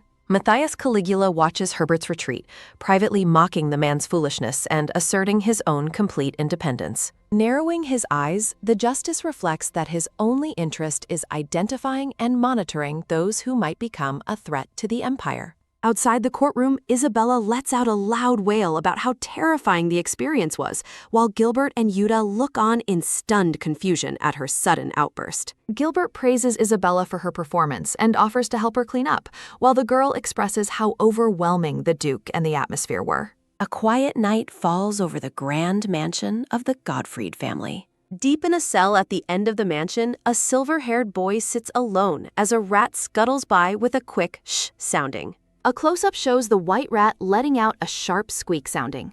A voice calls out to the boy, identifying him as Elvio. The silver-haired boy looks up in recognition, identifying the visitor as Cesare. Cesare promises to rescue Elvio soon, acknowledging the hardships the boy has faced. The rat curiously tilts its head as it listens to the promise of escape. Elvio jumps up in a sudden rage, startled by the rat's eek sounding as he vows to kill the Gottfrieds. The boy rants about his treatment in the dungeon, complaining that they feed him 3 times a day and punish him with tickling. Elvio bellows his status as a great dark magician, while Cesare is simply relieved to see the boy has so much energy. The silver-haired boy focuses his hatred on the blonde girl, blaming her for his capture. Grinding his teeth, Elvio vows to find her and tear her apart. Cesare reveals the girl's identity, confirming that she is the daughter of their enemies. The boy repeats his murderous oath as Cesare urges him to focus on escaping first. The long-haired man in white offers his hand to the boy sitting on the straw-covered floor. Elvio takes his brother's hand, revealing a dark magical mark on Cesare's glove. The scene shifts to the bright courtyard where Callahan addresses a large gathering of knights. A knight with glasses observes that the proceedings are moving faster than he had anticipated. Callahan formally announces his intention to appoint Isabella as a knight in training, sparking a wave of enthusiastic cheers. The knights are frozen in silence as the Duke challenges anyone to object to his decision. Isabella takes a nervous gulp, sounding as she wonders if such an appointment is truly allowed. A red-haired knight gives the girl a powerful hug, welcoming her as a cute addition to their ranks. Another knight scolds the woman for being too intimidating toward the young girl. Eric and his companion offer their warm congratulations and promise to answer any questions the girl might have. A brown-haired woman with glasses expresses her hope that Isabella's arrival will put an end to her long nights of work. Isabella laughs bashfully, feeling overwhelmed by all the flattery from the knights. A sudden, heavy flop sounding echoes as a knight collapses on the floor. Sir Abraham falls to his knees in tears, leaving Isabella in a state of confused shock. The blonde knight lets out a loud wah sounding cry of pure elemption. A festive banner welcomes Isabella as the MVP, while a knight celebrates with pom-poms and a celebratory cheer. Isabella smiles brightly and vows to live up to the prestige of the Barmouth name. The knights gather around, thinking to themselves how precious and cute their new recruit is. A close-up focus reveals the intense determination and clarity in the girl's blue eyes. Isabella notices Yuta standing nearby and wonders what he is thinking. A concerned thought bubble suggests she believes the boy is unhappy about her joining the order. To her surprise, Yuta gives her a warm smile and offers his sincere congratulations. The boy runs off to fetch the uniform they prepared for her, a task that Gilbert finds to be a good idea. Callaghan watches the boy's departure with a quiet, contemplative expression. The Duke pats Yuta's head and thanks him for his help, while Isabella watches from the background. The blonde girl watches as Yuta disappears into the distance. Callaghan speaks the girl's full name, preparing to finalize the ceremony. He asks if she pledges to be the sword of the Empire, and she delivers her resolute confirmation. Kneeling before the Duke's sword, Isabella accepts the weight of her new responsibility. The domestic staff and Yuta watch from the sidelines, their faces filled with pride for the young girl. Callaghan demands a pledge to protect the weak and uphold justice as innate. Isabella stays focused and calm as the golden hilt of the sword rests before her. A close-up shows the girl delivering her final answer with unwavering conviction. The Duke formally declares her a knight in training of the Gottfried Order to a thunderous roar of approval. A group of knights rushes toward the girl with a fast-paced taka-taka-taka sounding as she looks on in surprise. The knights begin a rhythmic shout. Isabella is tossed into the air. A medal honors her extraordinary bravery. The Emperor officially awards her. Isabella proudly recounts her royal award. A rhythmic clap sounding fills the air. Callaghan and Yuta join the applause. The girl stands dazed and decorated. A woman reads the newspaper happily. Gilbert reads about the factory opening. A boy ponders the news's impact. A photo captures the historic moment. A festive cheer sounding rings out. A triumphant yeah Sounding echoes throughout. Distant yeah sounding chiaroscuro. She remembers her former lonely death. Her new family brings her joy. Fear of the past still lingers. She vows to stand her ground. Callaghan stands proudly with the boy. A quiet evening blankets the mansion. A heavy thwomp sounding Markson. A sudden presence startles the girl. Callaghan calls the blonde girl's name, prompting her to address him as her grace, but the black-haired man notes that while he knows she must be tired, he needs to talk for a moment. Silence fills the dimly lit room. Amidst the quiet, the blonde girl wonders internally why the man isn't saying anything. Her internal anxiety begins to spike. Callaghan prepares to ask the question. The black-haired man prefaces his remark by calling it a rather odd question, causing the blonde girl to react in confusion and ask what he means. Callaghan looks down and mentions that at first he felt a certain way. Shock washes over the young girl. The black-haired man reflects that at times, the blonde girl seemed to know things as if she had already lived through them. Dread fills her wide-eyed expression. Pointing toward a jar of essence, the black-haired man points out that she knew about the dark trace despite having never met a dark magician before. The man notes that her insight and intelligence are way beyond her age, concluding that it is almost peculiar. Looking directly at her, the black-haired man asks the blonde girl who she just is. She feels exposed and utterly vulnerable. Feeling a sudden chill sounding, the blonde girl realizes he is rightfully suspicious and has likely remained quiet out of consideration for her. With a tight clench sounding of her dress, the blonde girl worries that Callaghan might believe her, but then realize everything she said to convince him was a lie. Dark roses bloom in the shadows. The blonde girl reflects that she didn't come to the house out of righteousness and wonders what will happen if he finds out she only wanted to avoid her enemies, before reminding herself she will divorce him anyway. The blonde girl worries that he will be deeply disappointed in her and might even tell her to leave. She mentally rejects the terrifying thought. Feeling a rhythmic shake sounding, the blonde girl reflects that it turns out she is still stuck in that dark room. Softening his tone, the black-haired man clarifies that he wasn't trying to press for an answer and tells her she can wait to tell him when she is ready. The blonde girl addresses him as her grace, but the man says that wasn't why he wanted to talk as he prepares to hand her a package. Reaching out, the blonde girl asks in confusion what the bundle of letters is. Callaghan tells her she will see and then speaks the name of Viola Schweier. Recognition dawns on her tearful face. The blonde girl clutches the precious letters tightly to her chest. Callaghan explains that the bundle of old papers he is holding are letters Isabella's parents left behind for her. The black-haired man notes that he discovered these items within a royal classified vault. He specifies that the first item was a detailed investigative report regarding the void. Looking toward the blonde girl, Callaghan clarifies that the second item consisted of personal letters addressed to her. A close-up captures the intensity in the man's crimson eye as he speaks of her past. A vision of the past shows a man with glasses and a brown-haired woman writing at a table, confirming they wrote the letters for her. A lonely, slow drip sounding echoes over the stack of weathered envelopes.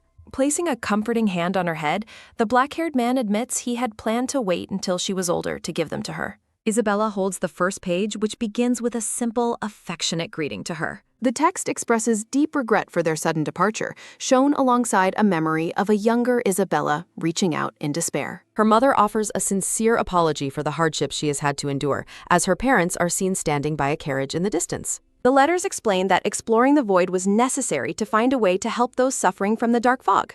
Her parents share a somber, pained glance as they prepare for their mission. A final plea for forgiveness is written on the page. The flashback reveals a small, weeping Isabella being comforted by the household staff as her parents leave. In the present, the blonde girl is overcome with emotion, letting out a soft, heavy sniffle sounding while clutching the papers. The morning sun rises outside as a small bird lets out a cheerful chirp sounding from its perch. A maid enters the bedroom with a pleasant greeting for the young lady. The woman's face instantly contorts into an expression of pure, wide-eyed shock. A close-up shows Isabella's eyes are painfully swollen, prompting the maid to gasp in concern. The maid awkwardly notes the sunny weather and offers to bring breakfast to the room, but Isabella declines while worrying about her reaction. Pulling the covers up, the blonde girl reflects that she is far too embarrassed to admit she spent the entire night crying. A quick, rhythmic tat-tat-tat sounding of footsteps approaches from the hallway. The girl executes a cautious peek sounding as she looks through the door. Catching sight of something pleasant, Isabella breaks into a radiant, joyful smile sounding. Her parents' letters now rest safely on a table surrounded by fresh red roses. Faint, hushed whispers sounding voices from the servants fill the corridors as they address their lord. Walking through the mansion, the blonde girl notes that she feels the weight of everyone's constant observation lately. She corrects her thought, realizing the staff is actually focusing their attention elsewhere. The servants are caught whispering and staring specifically at the black-haired boy. A maid approaches Yuta and asks if she can speak with him privately for a moment. A woman with pink hair leans in toward the boy, mentioning she wasn't entirely sure what his preferences would be. Isabella notices that even the teachers and other staff members are involved in the secrecy. A large group of adults gathers around Yuta, bowing and presenting him with various offerings. Watching from the shadows, the blonde girl begins to feel a growing sense of isolation. Gina, a woman with long dreadlocks, leans on her hand and asks if she feels like an outcast. Isabella claims she just feels a bit left out, but the brown-haired woman offers a skeptical response as she picks at her teeth. The girl lets out a frustrated, sharp humph sounding and tells her not to make fun of her. Gina laughs and tells her she will simply have to endure it for 10 more days, leaving the girl in a state of confusion. The brown-haired woman reveals that Yuta's birthday is coming up in 10 days, causing Isabella to freeze in absolute shock. Surprised by the girl's reaction, Gina remarks that the boy would have been heartbroken to know she was unaware. The woman continues to tease her, dramatically asking how she could have possibly forgotten such an important date. In a comedic vision, the boy is shown weeping over her betrayal, while Isabella lets out a loud cry of despair. Gina laughs heartily, admitting that teasing the girl is one of her favorite pastimes. The scene shifts to the warmth of the kitchen, where the smell of cooking food fills the air. Isabella asks why no one told her, and the headmaid suggests the Duke was likely too busy and simply forgot to mention it. Narrowing her eyes, the blonde girl thinks to herself that, regardless of the Duke, Yuta could have at least given her a hint. Sitting on the stairs, Isabella looks up and asks what there is to worry about. A memory shows the servants and the Duke preparing a variety of sincere gifts for the boy. Despite the effort, the narration notes that none of the grand presents ever seem to truly make the boy happy. The mansion staff is reportedly engaged in a quiet rivalry over who can provide the best gift for Yuta. Isabella remains deep in thought while surrounded by large wooden barrels in a quiet corner of the estate. The blonde girl mentally acknowledges the effort being made to spare her from any unnecessary trouble regarding the occasion. Crouched behind a garden hedge, Isabella struggles to focus her thoughts with a frustrated, long ha sounding. She reflects on the fact that she actually possesses very little personal knowledge about the black-haired boy's preferences. After dismissing the idea of giving him meat or a common book, she continues her search for the perfect present. A soft, quick sk sounding follows the girl as she closes her eyes to concentrate. A red-haired girl with yellow bows suddenly appears upside down and playfully asks if anyone has a sweet tooth. Isabella reacts in total shock as Belle, the girl with pigtails, drops down from above to greet her. The red-haired girl offers a respectful inquiry to the lady, while Isabella remains frozen from the surprise. Belle collapses in fits of laughter over the successful prank, while the blonde girl responds with a defensive humph sounding. Isabella's eyes light up with excitement when the red-haired girl mentions she has a brilliant idea for the gift. The scene shifts to a vault overflowing with gold as the red-haired girl presents the treasure with a triumphant ta-da sounding. Isabella worries about taking such valuable items, but Belle explains they are meant to inspire her search for a gift. A fleeting memory shows Callahan entrusting the red-haired girl with the key to the vault long ago. The blonde girl considers the importance of refining one's judgment as she explores the various treasures. While Belle rummages through the piles of gold, Isabella carefully examines a small box she discovered. A soft, rhythmic tick sounding from her gloves draws attention as Isabella asks Belle about a specific necklace. Belle leans in with a look of intense curiosity, her amber eyes widening as she looks at the jewelry. The object is revealed to be the full moonstone, a large white gem set in a circular gold pendant. The red-haired girl lets out a quiet, thoughtful mumble sounding while staring at the radiant stone. A sudden realization strikes Isabella as she stares at the necklace with wide, shimmering eyes. A sharp whoosh-sounding energy fills the air as Isabella exclaims that the stone has reminded her of something critical. Belle is visibly confused when the blonde girl picks that particular piece over the other more obvious treasures. Belle is visibly confused when the blonde girl picks that particular piece over the other more obvious treasures. Surrounded by a vision of flowers, Isabella breaks into a joyful smile and declares that her decision is final. She confidently confirms her choice of the perfect gift for Yuta as two celestial orbs glow in the background. Isabella recalls a dark future where the boy fell terminally ill with a mysterious disease at the age of 16. She remembers how a simple touch once offered hope during that tragic period in the original timeline.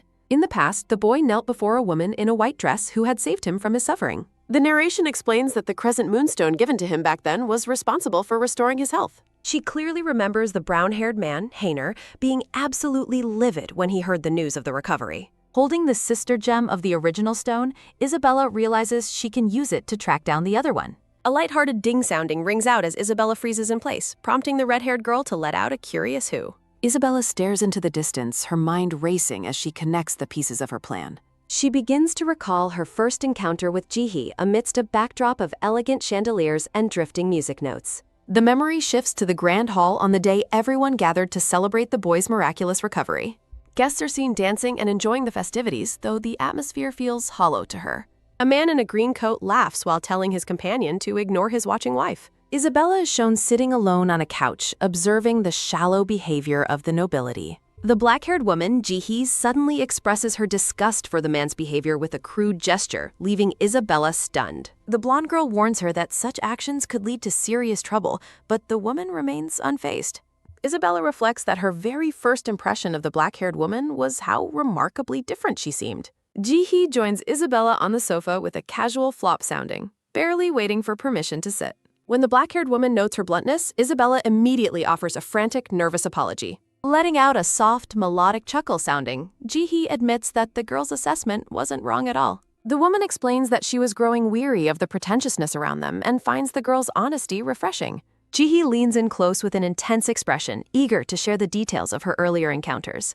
Isabella breaks into a genuine, hearty laugh as the woman recounts how she nearly kicked a nobleman. The conversation takes a serious turn when the black-haired woman mentions her recent discovery of a mysterious gem. Jihee explains that the crescent moonstone is meant to block bad energy and reveals she found it using its sister gem, the full moonstone. The black-haired woman admits she didn't know about the connection initially and searched everywhere, referencing a proverb about the difficulty of seeing things close by. She continues the explanation using an image of a large candelabra to illustrate how people often miss what is right under their noses. Noting the time, the woman mentions she has another appointment and remarks that it was a pleasure meeting Isabella. As she stands to leave, Jihee suggests that Isabella should begin her search by looking more closely at her immediate surroundings. Returning to the present, the blonde girl suddenly cries out for Belle. Filled with a sharp whoosh-sounding energy, Isabella urgently demands an oil lamp while realizing the true meaning of the woman's advice. Isabella and the red-haired girl kneel on the carpet, placing the necklace under the lamp's light to see if it works. With a quick sounding of the lamp being moved, Isabella holds it still while her heart races with a rhythmic thump. The red-haired girl is surprised as something expected finally begins to happen. Isabella is wide-eyed and amazed, noticing that the gemstone is starting to show something hidden. A close-up reveals the full moonstone glowing intensely as it reacts to the light from the lamp. The blonde girl gasps in total shock as a secret is revealed. Isabella asks Belle to lift the lamp higher, and the red-haired girl happily complies as the room fills with a bright, froid-sounding glow. Belle lets out a startled exclamation as she looks up and sees the incredible result of their experiment. A radiant, multicolored flash-sounding burst emanates from the gemstone. The girls are delighted to discover that the gem is projecting a massive, detailed treasure map onto the floor. The scene shifts to Yuta's birthday celebration within the grand spires of the mansion. Holding a new sword, the black-haired boy politely offers his thanks to his father for the gift. The Duke and servants look on with a sense of dejection, noting that the boy hasn't shown a single smile all day. Yuta's face instantly brightens with a joyful expression when he catches sight of Isabella. The blonde girl presents him with a modest gift box, mentioning it's humble compared to his many kindnesses. Isabella explains that the gem inside the box is intended to protect him from negative energy. The boy looks at the present with a blush, deeply moved that Isabella prepared something specifically for him. Yuta vows to always carry the gift with him, leaving the girl relieved and happy that he likes it. Surrounded by a vision of blooming roses, the boy beams with pure happiness while clutching the necklace. Isabella is overwhelmed by his joy, thinking to herself that his radiant smile is practically blinding. Isabella recalls the grueling mountain climb to find the gem and reflects on her decision to change the original timeline's healing process. In a high-spirited moment, Yuta enthusiastically promises to get an equally great gift for her birthday. Isabella avoids his gaze and nervously tries to explain a complicated detail about her own special day. Letting out a frustrated sounding, the blonde girl struggles with her internal embarrassment. The entire household is frozen in absolute shock after hearing that Isabella's true birthday is actually in just 2 days. The Duke notes that her official documents listed a different date, prompting a surprised response from the girl. Isabella explains that her parents were living in a very remote research area when she was born. A memory shows her parents celebrating her birth among blue roses. Her father tried to register the date correctly, but a misunderstanding occurred between him and a hard-of-hearing official. She clarifies that a combination of local dialects and poor hearing led to the birth date being incorrectly recorded. Isabella laughs nervously while Yuta, his father, and the head maid remain in a state of speechlessness. A dramatic crack-a-boom sounding highlights the group's horror at the realization of their massive oversight. The black-haired man finds the absurdity of the situation quite humorous. With a sudden charge-sounding command, the Duke orders the staff to scramble and prepare another party for the following day. In a playful moment, Isabella points out that she wasn't told about Yuta's birthday in advance either. The mansion staff frantically rushes around, moving boxes and organizing the last-minute celebration. Watching from a window, the blonde girl observes the chaos below with a pensive expression. A soft, tired, ha-sounding exhale comes from a nearby man. Isabella calls out to Magda, the head maid, to get her attention. The blonde girl gently holds the older woman's hands while they stand together in the room. Isabella looks downcast, reflecting on the weight of everyone's constant attention. Rhythmic tat-tat-tat sounding footsteps echo through the hallway as a maid frantically directs the busy staff. Looking toward the commotion, the girl lets out a curious inquiry as she observes the mansion's activity. Isabella asks if the faces of the workers are visible. Isabella asks if the workers look miserable while a maid walks happily.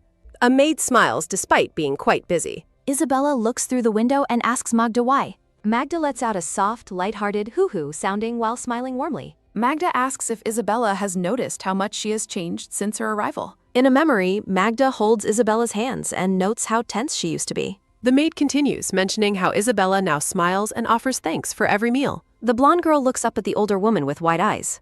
A close-up shows Magda's gentle and kind expression. Magda reflects that the Duke is a righteous but stern man who kept the estate's mood dim.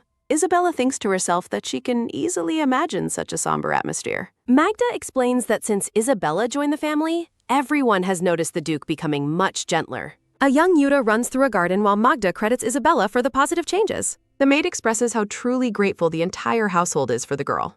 Isabella is visibly moved by the heartwarming realization. A sudden, sharp knock-knock sounding startles the girl, causing her to let out a surprised gasp. Duke Barmouth enters the room and simply announces his presence. Stammering in shock, Isabella addresses him while the Duke asks why she is so surprised. Recalling his previous entries with a loud bam sounding and a dramatic crock-a-boom realization, Isabella is told to stop making a stupid face. The Duke explains that since she is now 10, he will make sure to knock before entering. Letting out a nervous ahem sounding, the Duke clears his throat while looking away. Magda whispers to the girl that the Duke has clearly changed and there's no need to feel bad. A small, happy smile spreads across Isabella's face. Laughing joyfully, Isabella pulls both Magda and the Duke along with her. A transition screen counts down the single day remaining. Belle cheers loudly while the staff presents a massive birthday cake to celebrate Isabella's 10th birthday. Hearing a rhythmic thump sounding of footsteps, Isabella turns as Yuta calls out her name. Blushing slightly, Yuta presents a large bouquet of roses and wishes her a happy birthday. Isabella is dazzled and overjoyed as Yuta hands her the natural history book she had wanted. Letting out a joyful yes sounding, Isabella enthusiastically thanks Yuta for the perfect gift. The Duke steps forward to present his own gift to the girl. The gift is revealed to be a magnificent silver sword with Isabella's name engraved on the blade. The Duke tells her to never forget her roots as she thanks him for the thoughtful weapon. Magda scolds the Duke for giving a sword, while Yuta smugly claims his gift was the favorite. Isabella is startled as someone gives her cheek a quick poke sounding. Belle and the red-haired boy grin mischievously while holding the giant cake. Chaos erupts as Belle shouts that she is coming for someone during the party festivities. The red-haired girl lunges forward with a quick flick-sounding movement. A sudden splat sounding rings out as a large piece of cake hits the Duke's face. Thick white frosting begins to drip, sounding slowly down the Duke's stunned expression. The room turns chilly, sounding as everyone freezes in absolute horror at the sight. One of the staff members lets out a sudden, suppressed pft sounding. Isabella breaks the tension with a boisterous poo-ha-ha sounding of laughter at the Duke's messy face. The Duke thinks to himself that his simple birthday wish was unfortunately not granted. A man in a red uniform reflects that the Duke's peaceful wish didn't even last a week. A tense energy fills the room as the two men face off over a strategy game board. Tears begin to drip, sounding down Isabella's face as she despairs over her lack of simple happiness. The fierce rivalry between the two men is visualized as a dragon and a tiger clashing. A loud, echoing scream of shock rings out from within the mansion's spires. Sitting across from the black-haired man, Isabella is surprised to hear he is moving the royal crown of Radgrund, which he confirms. Duke Barmouth mentions the recent attack on the central bank and expresses sympathy for the loss suffered by the Helbart family. As they plan to move the treasure for safety, Isabella wonders if any place could truly be more secure than the bank. A majestic, white-walled imperial palace stands tall against the bright sky. Startled by the news that the imperial palace will house the crown, Isabella is told the arrangement already has official approval. Isabella breaks into a nervous sweat, questioning why the royal family would agree to such an unusual request. She continues her internal debate, noting that guarding personal property isn't a standard duty for palace guards. Looking serious, the Duke shifts the conversation to the Constance Knights, catching Isabella's attention. A group of faceless knights is shown, originally formed for political strength, but now dealing with dark magic. Isabella is shocked, pointing out that dark magic matters should fall under the Godfrey jurisdiction. The Duke dismisses formal protocol, doubting that the pampered boys of the other order will be helpful. Duke Barmouth rests his chin on his hand, his red eyes reflecting a cold, strategic calculation. A strategic board displays the various factions, including the Constance and Godfried orders, as the Duke admits his distrust. Deep in thought, Isabella realizes that moving such a valuable item without a solid plan is incredibly risky. The Duke focuses on Isabella's eye, asking for her input on the situation. The two sit in silence in the dim, ornate room, contemplating the gravity of the upcoming task.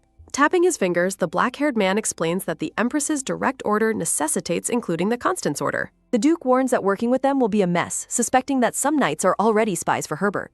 Isabella turns away to think, desperately trying to find a solution to the complicated political puzzle. She recalls the knight's original loyalty, but fears that Herbert's infiltration has compromised the entire order. A row of faceless knights in blue and white uniforms stand ready for duty. Two shadowed, menacing figures with glowing eyes represent the hidden spies and dark magicians lurking in wait. An idea begins to form, and Isabella wonders if there might be a way to salvage the plan. The girl proposes limiting the other order's escort team to only 3 members, surprising the Duke.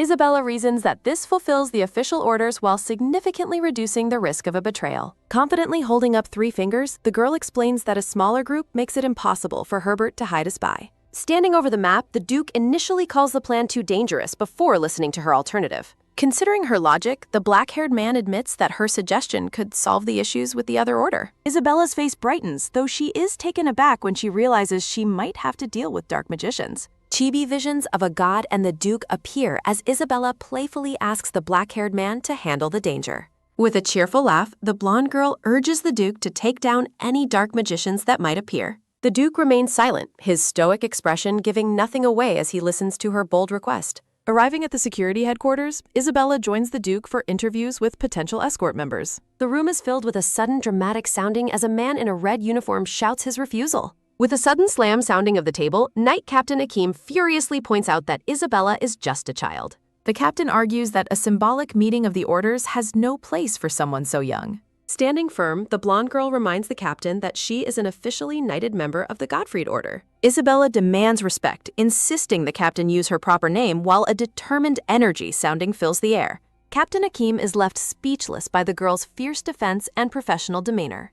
A massive, booming laughter sounding erupts from the gray-haired knight. The captain breaks into a wide, joyous grin, finding the situation incredibly entertaining. Turning away with a chuckle, the man notes that the girl truly is Callahan's daughter-in-law. With a respectful bow, the captain apologizes for his rudeness and addresses her formally as Dame Isabella. Isabella is relieved, realizing the intimidating man is actually quite lenient and reasonable. The Duke offers his own apology as the captain continues to marvel at the girl's personality. A nervous, brown-haired knight named Lloyd Ender steps forward and introduces himself. Lloyd is overwhelmed by the intense pressure emanating from the two powerful men sitting before him. From above, the scene shows Lloyd standing small before the large desk of the stern interviewers. Noticing Isabella, the knight is confused by the sight of a child in the elite order's uniform. The Duke glares with a terrifying aura, letting out a sharp yelp sounding from the knight for his distraction. Knight Captain Akeem asks the brown-haired knight why he volunteered, prompting Lloyd Ender to admit he needs money due to his uncle's gambling debt. Letting out a nervous sigh sounding, the young knight looks dejected as the captain acknowledges his difficult situation. Akeem calls for the next candidate, and a blonde female knight with a high ponytail named Allison Arna steps into the room.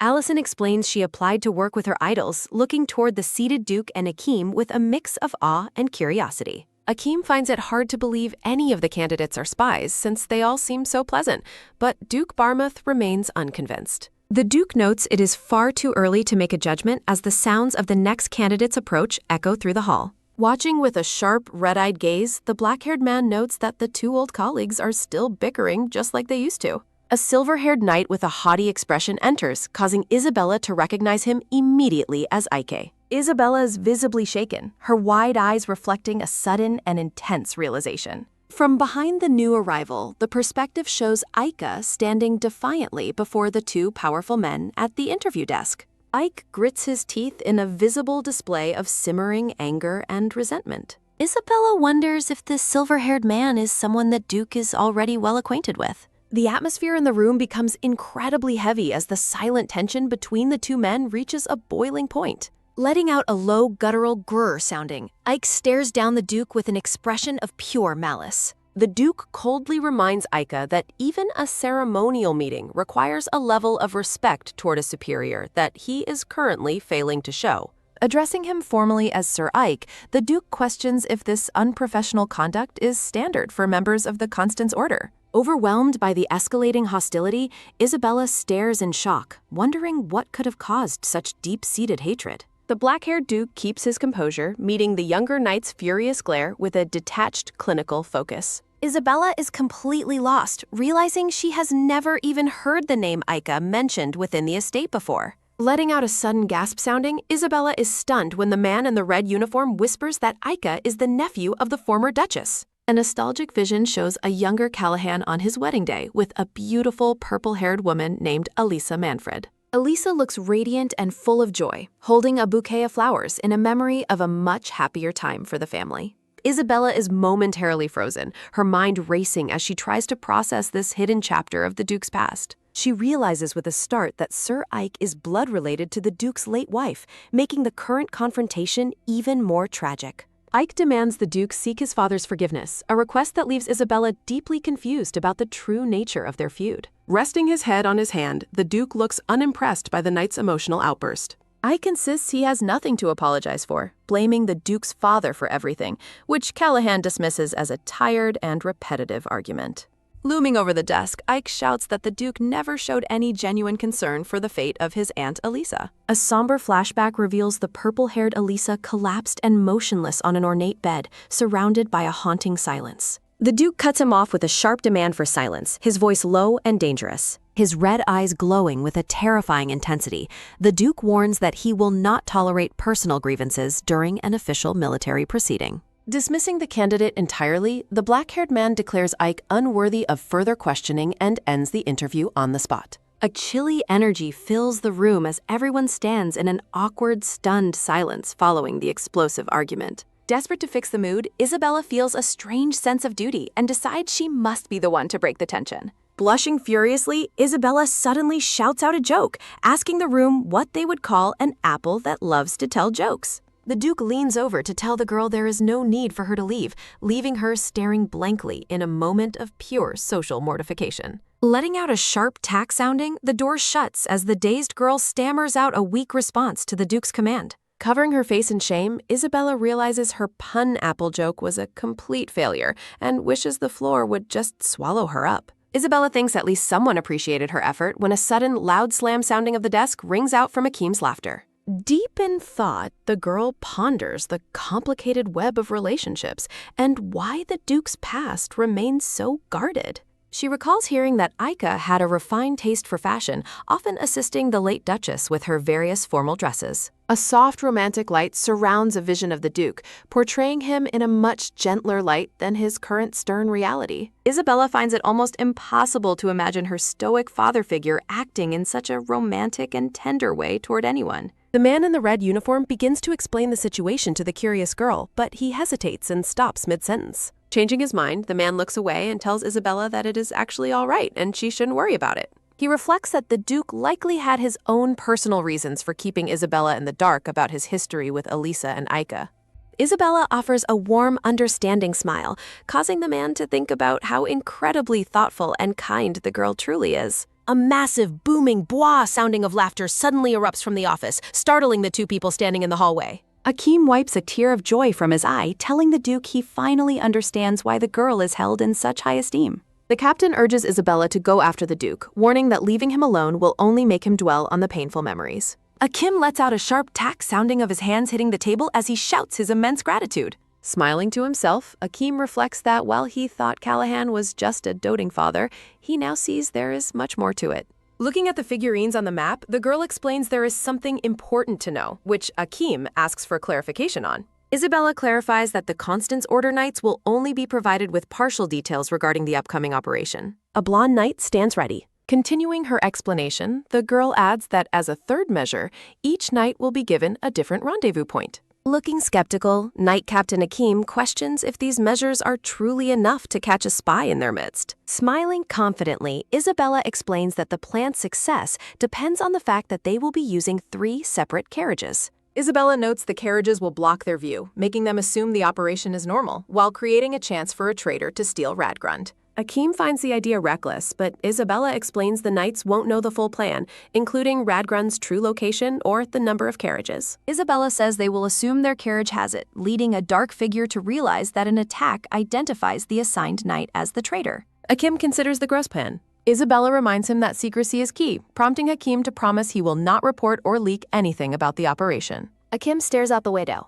A knowing smile touches his lips. A messenger crow takes flight. The red-eyed crow flies high. A secret message is delivered. The letter reveals a plot. Reading a letter, the mustache man says the crown will be transported by carriage in a week via the outskirts and Westgate. The mustache man snaps at his silver-haired companion to be quiet, while the robed youth warns him not to mess it up like last time. A mysterious voice suggests that they should take a good look at the youth's face. A sinister youth grins maliciously.